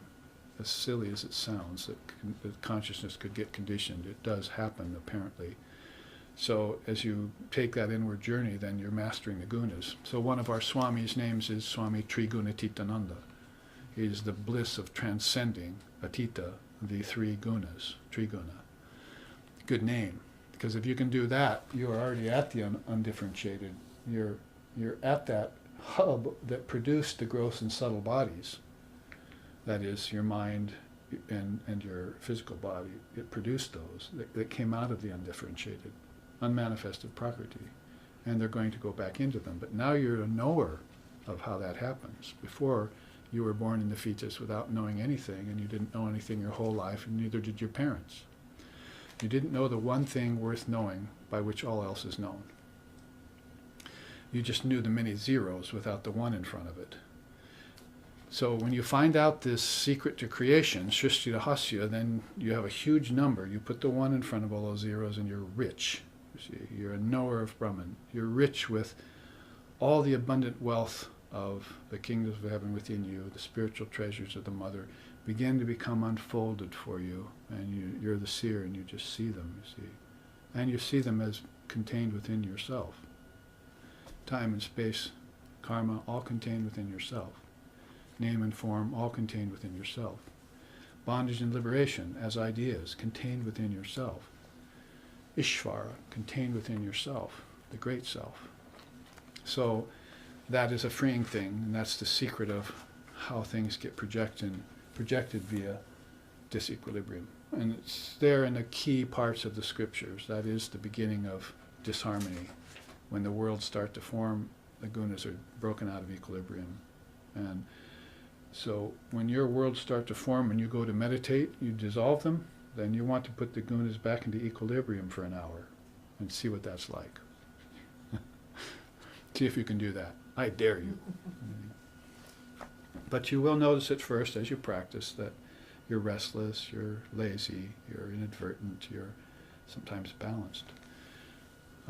It seems very hard, as Arjuna says to Krishna. I deem the mind as hard to control as the wind. I don't see any really reason to teach this yoga because it's impossible to control the mind. And he says, no, it's true, it's hard, but it can be done through Abhyasa Yoga, constant practice. And I was telling the men in the institution and the women, I go to women's prisons too, that this practice is that you'll sit for meditation and you'll be very restless and very lazy. And you'll think thoughts, and you're not supposed to. You're supposed to squelch the thoughts, you see. And you think this is impossible. But one day you'll sit and your mind will be without thoughts. It won't need to think anything particularly. It won't be traveling along any restless road of rajas. And all of a sudden you'll just think, this is great. And in a minute, an hour turns into a minute, you see. Whereas your meditation the day before, a minute seemed like an hour. With aching knees and various things that you were going through. So this sattvic balance comes to you. It's nothing you did, really, that brought it. And it's the same with tamas and rajas. It's nothing you really did that brought these upon you. They're cycling all the time. You just want to quit cycling. When Christ had the dark night of the soul, those came to him. When Buddha sat under the bo tree and saw Mara, the devil, those came to him. And they transcended them. So now, once they transcended them, they could come back and say, I'm the light of the world, or I am the Buddha. I have you can say one thing about me, I have awakened. It's the last thing he said. One thing you can say about me is, let me be known as the Buddha, I have awakened Buddhi intelligence. So you can say that because the gunas have been transcended in the dark night of the soul, if you want to put it that way, and now you know how they work. Now, when they come to a Jesus or a Buddha or a Krishna or a Ramakrishna, they just stand off from them and wait for them to die off, and then sattva replaces. So we suffer them. You see, oh, I'm so tired. I'm so restless. I can't get my mind to stop thinking. We suffer them and have to work out. They have to work out their cycle in us. But you have the ability to withdraw from the three gunas, trigunatita, and stay in balance all the time. Then your next chore is to transcend balance. So, beautiful teaching of the three gunas, we bring it back at least 3 or 4 times a year to remind us that there is a practice around the three gunas that we can engage in. Again, without having really heard it, read a scripture, or taken a teacher or a path necessarily. Some teaching you can be given that's non-denominational, it's not religious, it doesn't have ritual in it, any of the things that put people off, religion, being too sentimental, or philosophy being too dry, all those things put aside. This is just a practice. If you just learn it, you can practice it. And it can be your yoga. And you can make huge spiritual progress through it. Now we have a remaining half hour, and we've worked our way through 3 of the slokas of the 6th chapter of the Shvetashvatara Upanishad. Before I leave sloka 3, though, I want to show you this chart, which is new to all the live streaming audience, but again, a second view of those who were at my recent retreat at Windward Waters on the Columbia River Gorge. Now, this is having to do with panchakarna. It's a nice Sanskrit word which means 5-fold cause. You can pretty much, and Samkhya Yoga onwards through India's history has pretty much cited a 5-fold flowing, trickle-down process, 5s to 5s to 5s to 5s. You could start with a 5-fold mind, mahat, intelligence, thought, ego, and dual mind, 5. Then you could say, all right, next comes the 5 subtle senses and the 5 subtle elements. You've got 5 senses in a dream tonight, for example, and you've got 5 elements in a dream tonight, and you're fashioning lands, right? And then you're giving them up. You're creating and destroying every night with your subtle senses and your subtle elements. So those 5 came from the mind, those 10 rather. So 5 and 5. And then those 5 give rise to your gross elements and your gross senses, what you're using in the waking state. That's called panchakarna, basically, just rudimentarily put, because you can go into it a lot deeper. But basically it's just high 5. It's the new high 5. Panchakarna! You see, somebody would say Gesundheit, but it's that 5-fold process that's coming along. So that's traditional. That's pretty much basic to Indian philosophy, and one comes out of the other, and you see how things trickle down from the causal to the subtle to the gross, the 3 worlds. Now, I wanted to take a look at the meaning of Maya and take a look at it in the form of panchakarna processes that were hidden, that were not so much a part of this traditional process of 25 cosmic principles, or they call them 24, sometimes 26, depends on if you add the soul into the mix. And so what I did was gather some more panchakarnas for you, some more 5-folds. There's the main one here, the 5 main constituents of Maya: name, form, time, space, and cause and effect. We already talked about those in the first half. That's like a panchakarna of Maya. I got that from Vivekananda, basically. He didn't put it into a 5-fold cause in so many words, but he said Maya is name and form, space and time, and cause and effect together. That would be called Maya, because too many people at the time, Indian philosophy in America was in its infantile introductory stage, And people were coming over and calling Maya illusion. And Vivekananda took exception to that. No, there's no such thing as illusion. Even son of a barren woman exists as an idea. You see, so snake and a rope exists as an idea. You mistake a snake for a rope. So that has a certain existence on all levels. Even the most deluded things are thoughts in the mind, like the reflection of a moon in a mud puddle. It's not the real moon. You touch it and it ripples, but it makes you look toward the real thing. So everything has its place, from absolute reality to relativity to fictitiousness. Maya, the dregs of thought, right on down to war and atrocities and so forth, have some purpose and some meaning and some basis for existence. So, hearing Swamiji talk about that, then I started making that broadcast. No, Maya really is name, form, desha, kala, nimitta. We should look into that because it covers, it distorts, and it reveals. All things do that. The tree is covering the Buddha nature tree, but it's a distortion. That's a covering, but it's a distortion to say it's a particle tree, because if you looked at it, the real tree is particles. You're not seeing the swirl and what holds them together. So that's distortion, because you've come to a secondary place which is beyond the illusion of the tree, Avarana Shakti, and you've come to the Vikshepa Shakti aspect of it. But you haven't yet seen the revelatory power in the tree. That is, its treeness, the silverness of silver, the goldness of gold, the manliness of man, the womanliness of woman. That's how Vivekananda would put it. And Dalai Lama would put it that way too. So you haven't seen the Buddha nature tree yet. That would be the revelatory power of a thing. So all things hold all three of those simultaneously. And depending on what guna you're in, you're going to see it or not, or get a glimpse or not. See?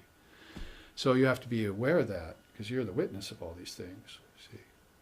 And it's being the witness of it. You can watch carefully, like the Sherlock Holmes of the spiritual world, and you can see the games afoot, and you can start to detect where Professor Moriarty is, you see, in it all. And where Lestrade is, and the police detective, and who doesn't have much intelligence, you see, and where Dr. Watson is, where your best friend is in the play, you see. So you begin to see all these things and put it together. And that gives you a great advantage. Witness consciousness, it's called Sakshi Bhutam. You're the witness of all phenomena now. You're not swept up in the phenomena. Buddha's great contribution to religion. So, having introduced a different kind of panchakarna on the level of Maya, then let's look at some of these others. You'll like them. Here's conventional panchakarna. The contemplation, as I just described it, the subtle elements, the five senses of perception, the five senses of action, to the gross elements, tanmatras to jnanandriyas to karmandriyas to mahabhutas. Basically, you could say that's a 20-fold process that just gives rise to everything. If you want to understand it by example, my teacher used to say, fish, or say consciousness comes down to earth and identifies with water, it'll become a fish. If consciousness comes down and identifies with only smelling and hearing, it'll become a dog. If consciousness comes down and identifies with the human ego, gross and unrefined, it becomes a brutish man. And if consciousness comes down and identifies with just the intellect, it becomes a scholar or an intellectual. So whatever consciousness identifies with, that it will take on the sheath or covering for, in terms of coverings. And knowing those dynamics, then you could say consciousness stays the same no matter what it identifies with. It never is the fish. It never was the paramecium. It never was the monkey and the ape. And it never is the human being. It's always itself. Because it's beyond name, form, time, space, and cause, right? It's formless. So forms are all being assumed by consciousness. Like, we want to go back and see how that happens. Shall we go through it again? The great wheel of Brahman. That's only one way of putting it, by the way. This is another way, the quintuplication process. They've tried to look at it all ways, from all sides now, and describe it to us in so many ways, so one of those will eventually suit our temperament and our state of consciousness, and we will see it and get free of it. Just to see it and back off from it is what you want. It's basic psychotherapy even. It's just to identify the thing first and then just back away from it. And get some distance. Create a boundary, whatever the phraseology you use and whatever system you're utilizing to help people, that you want, you see. It's witness consciousness, ultimately. You are that witness. You're not the process, and you're not the experience, and you're not the mechanism, and you're not even the wisdom. You are the thing in itself, and you just haven't implemented all these yet in a nice flow. See? Salubrious flow. Salubrious and mellifluous. So, this is Maya Panchakarana, and here's the conventional Panchakarana. Let's look at some of the cosmic Panchakaranas that are out there for us to see.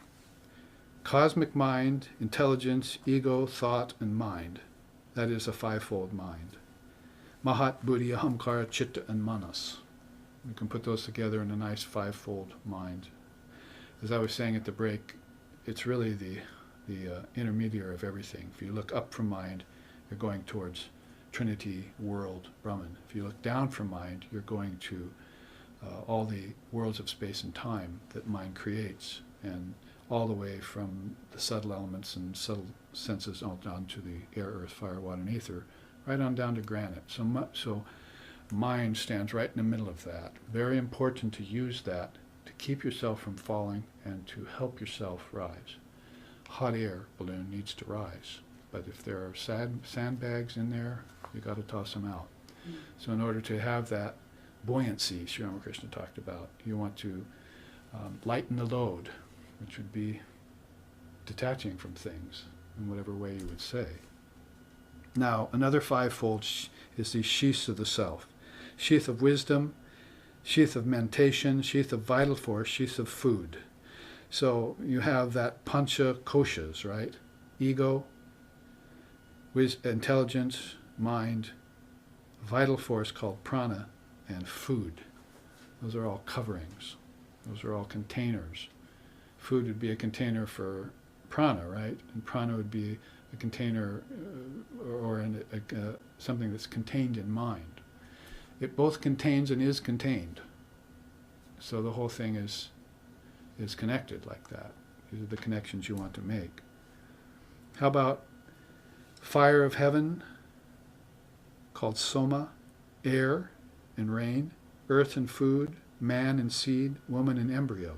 That's called the Pancha Agni Vidya, the fire of knowledge about these principles. They go more away from food and mechanisms and more towards life as it is. You could take them the other way. There's the embryo, then man gives the seed, and food is sustains, then rain falls to make sure that there's food, and then there's this soma, or this nectar, that the gods take from the whole process. Which is why Buddha wanted to get not only beyond the ancestors, but beyond the gods, because he's in this sort of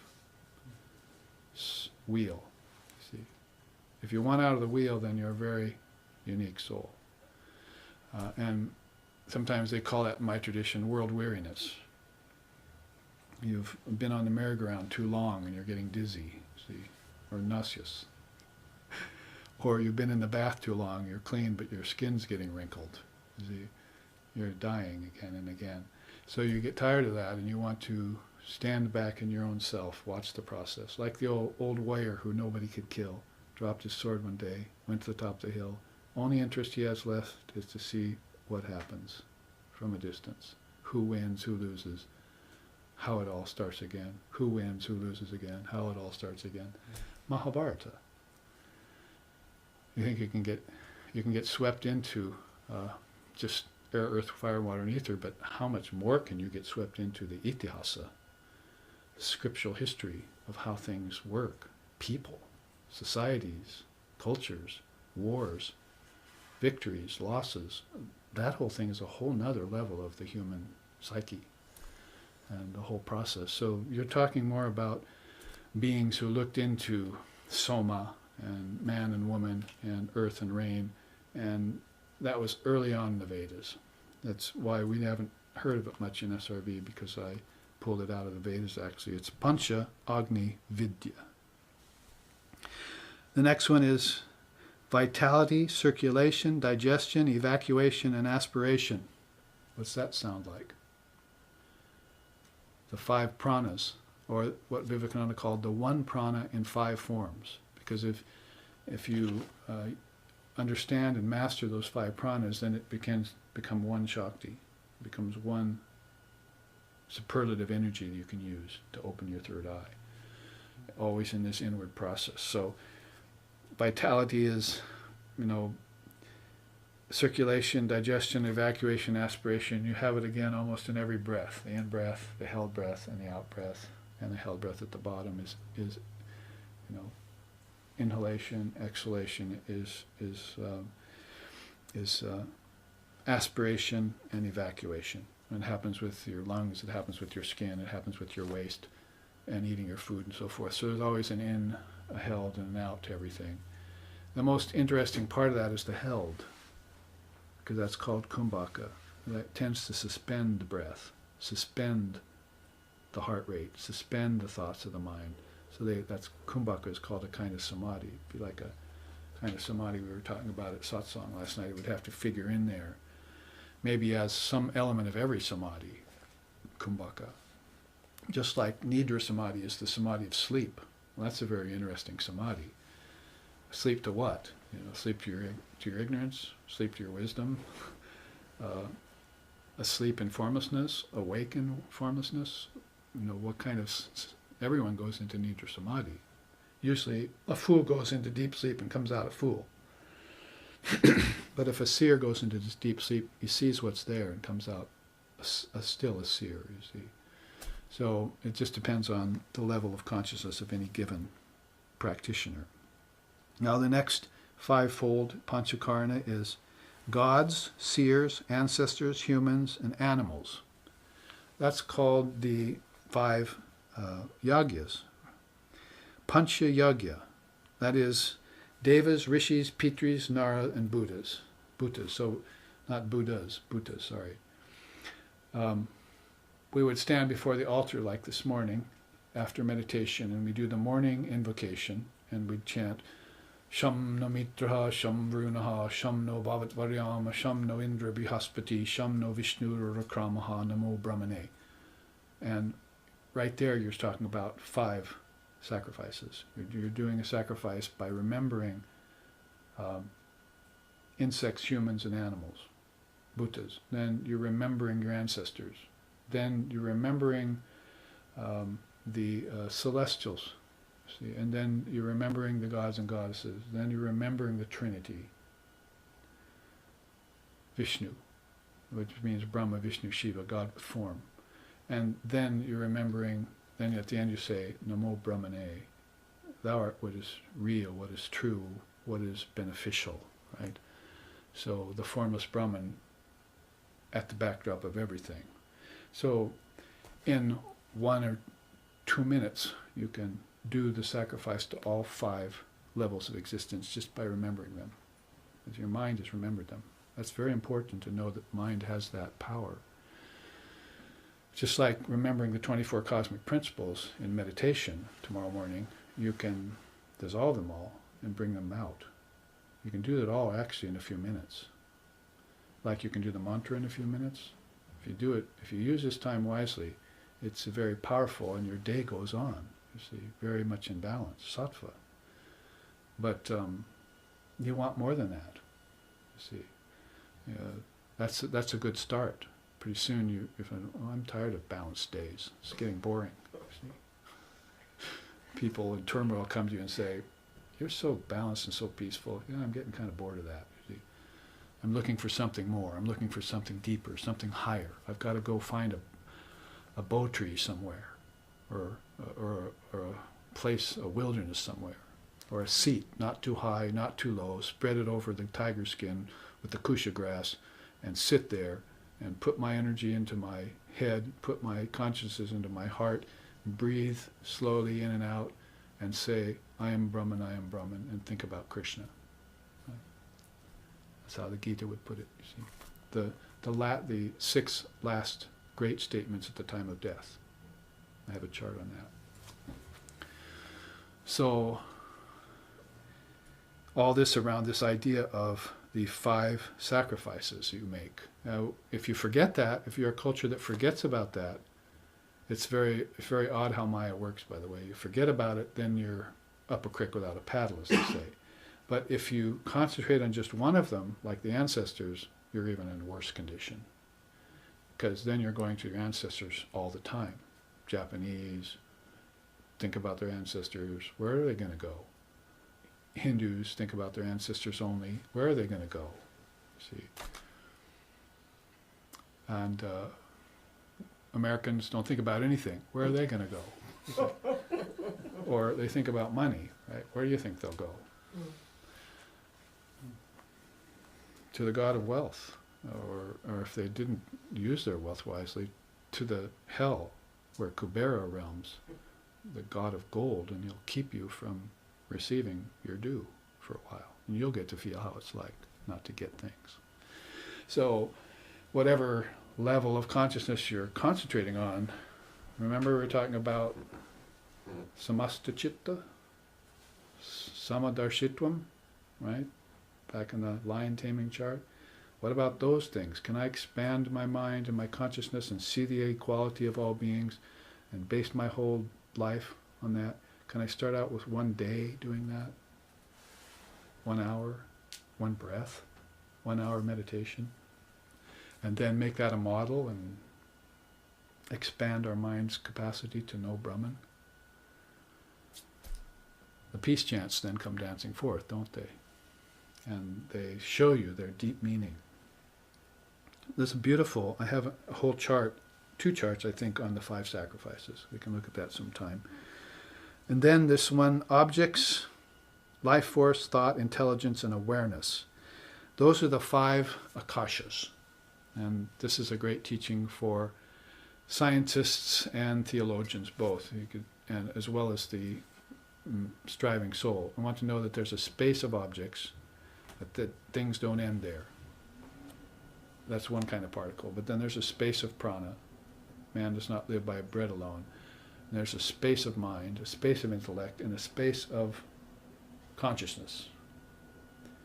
Or you could say ego if you want, in between, and then consciousness. But there's 5 Russian dolls put inside of each other, each more subtle than the last, all containing these 5 beings we just talked about, the gods, the Trinity, the gods, the celestials, the ancestors, and the humans, and insects and animals.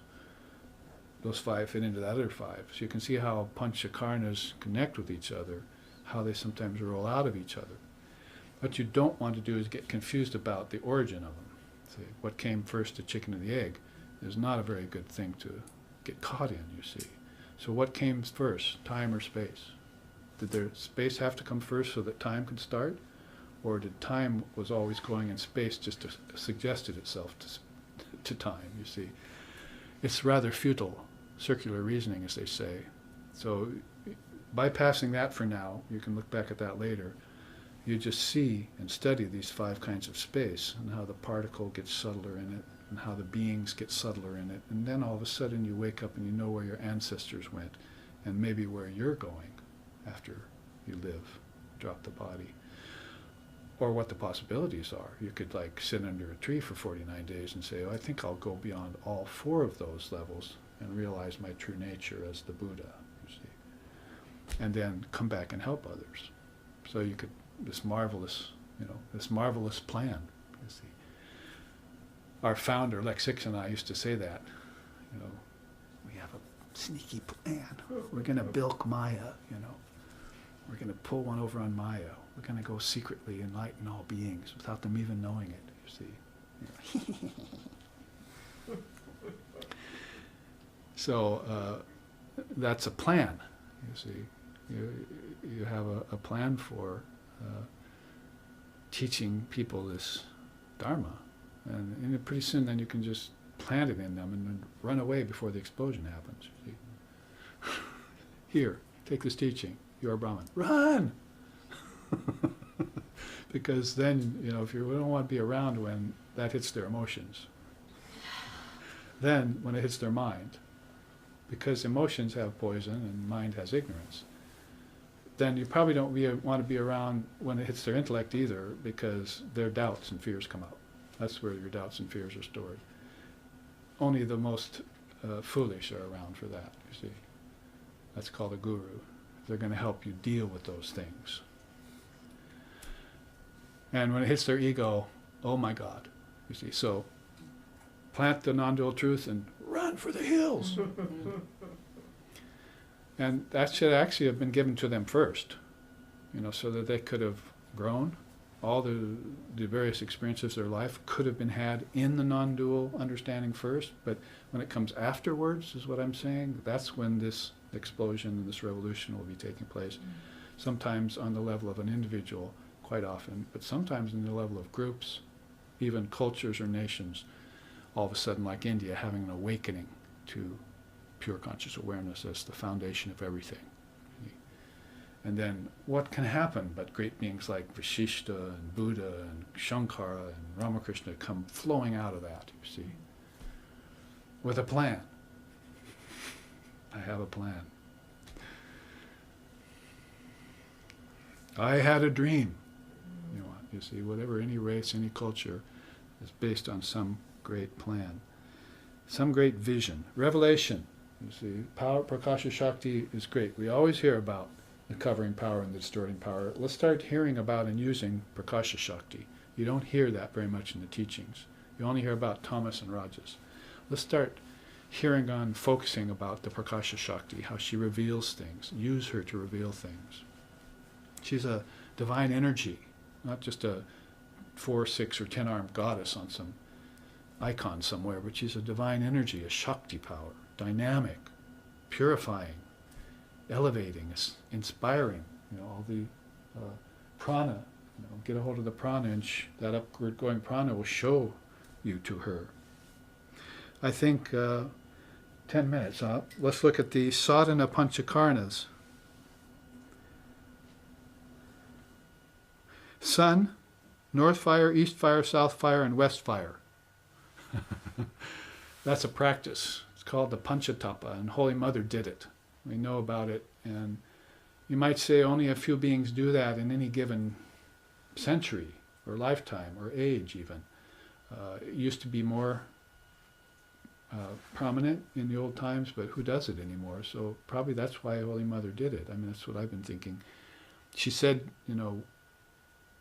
when it was done, she didn't feel the 120-degree Calcutta climate anymore, because she had sat between the 5 fires for a couple days, and she said, oh, my skin turned black too.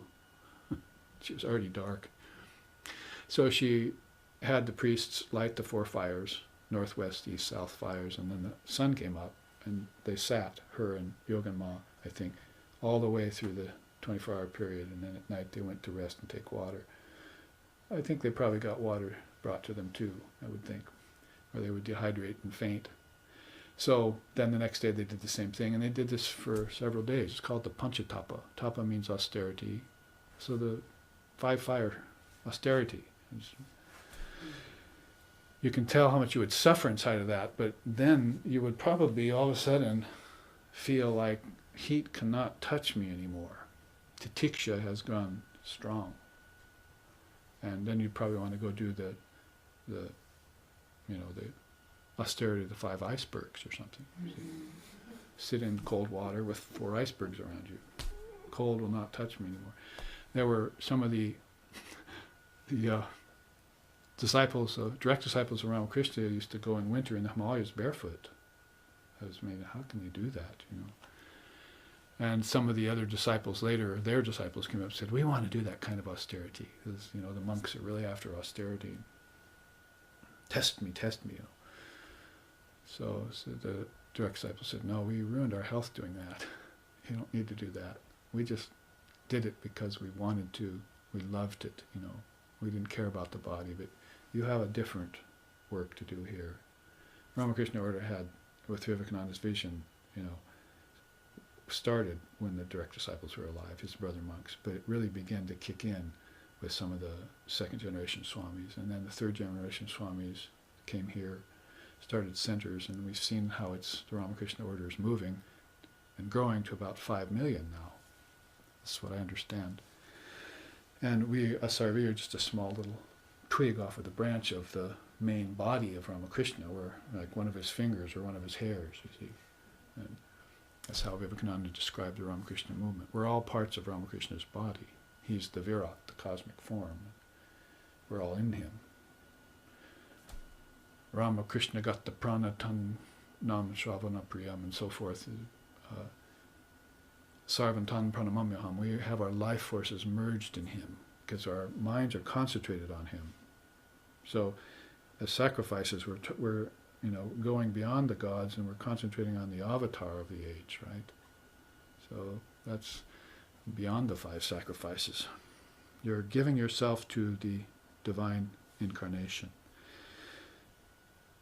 Disturbed, lethargic, distracted, one-pointed, and absorbed. What does that remind you of?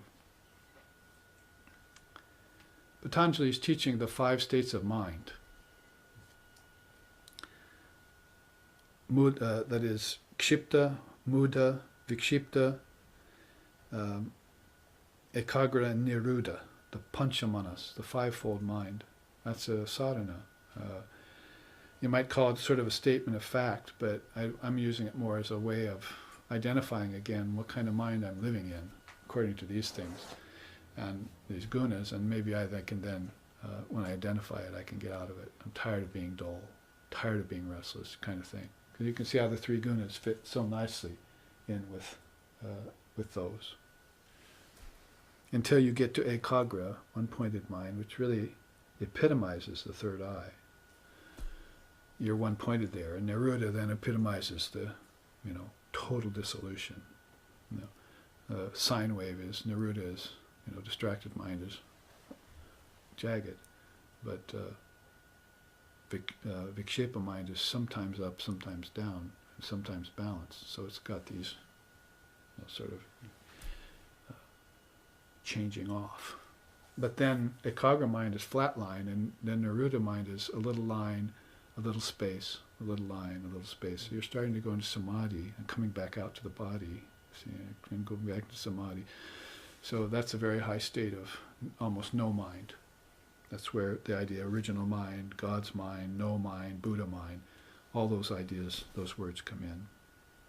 We have 5 minutes, so we're going to finish this sadhana panchakarna. We can look at the samsaric panchakarnas at another time.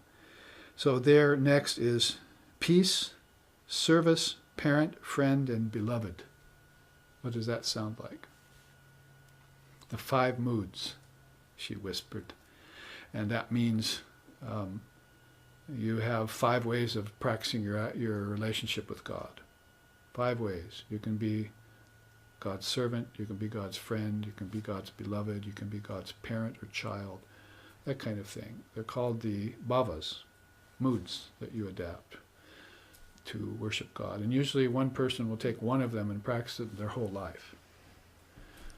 Ramakrishna took all 5 and realized their goal in one lifetime to show us how to do it. If you read the Gospel, you'll see that happening. Or the Great Master especially, you'll see him practicing these 5 moods and getting to the fruits of those right away. And finally, we have non-violence, truthfulness, non-stealing, continence, and non-receiving.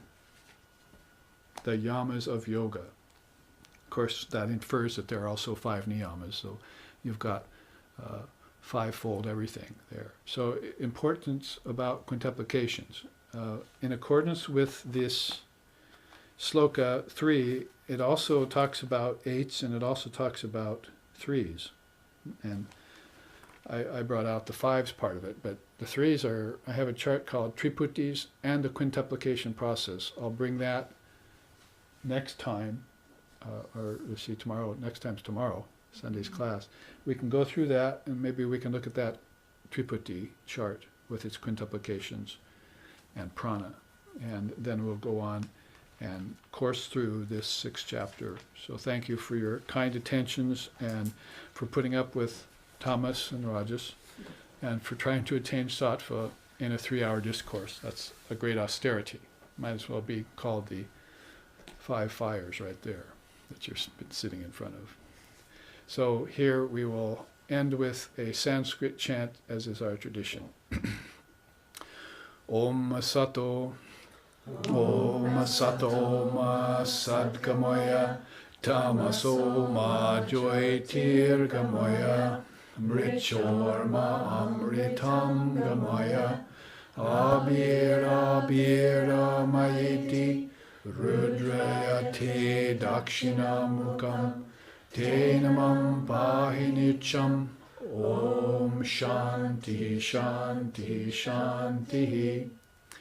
Lead us from darkness to light, from lower truth to higher truth, from the unreal to the real, and from the illusion of death to eternal life. Reach us through and through, O Lord and Mother, with thy sweet and benign presence. Om peace, peace, peace.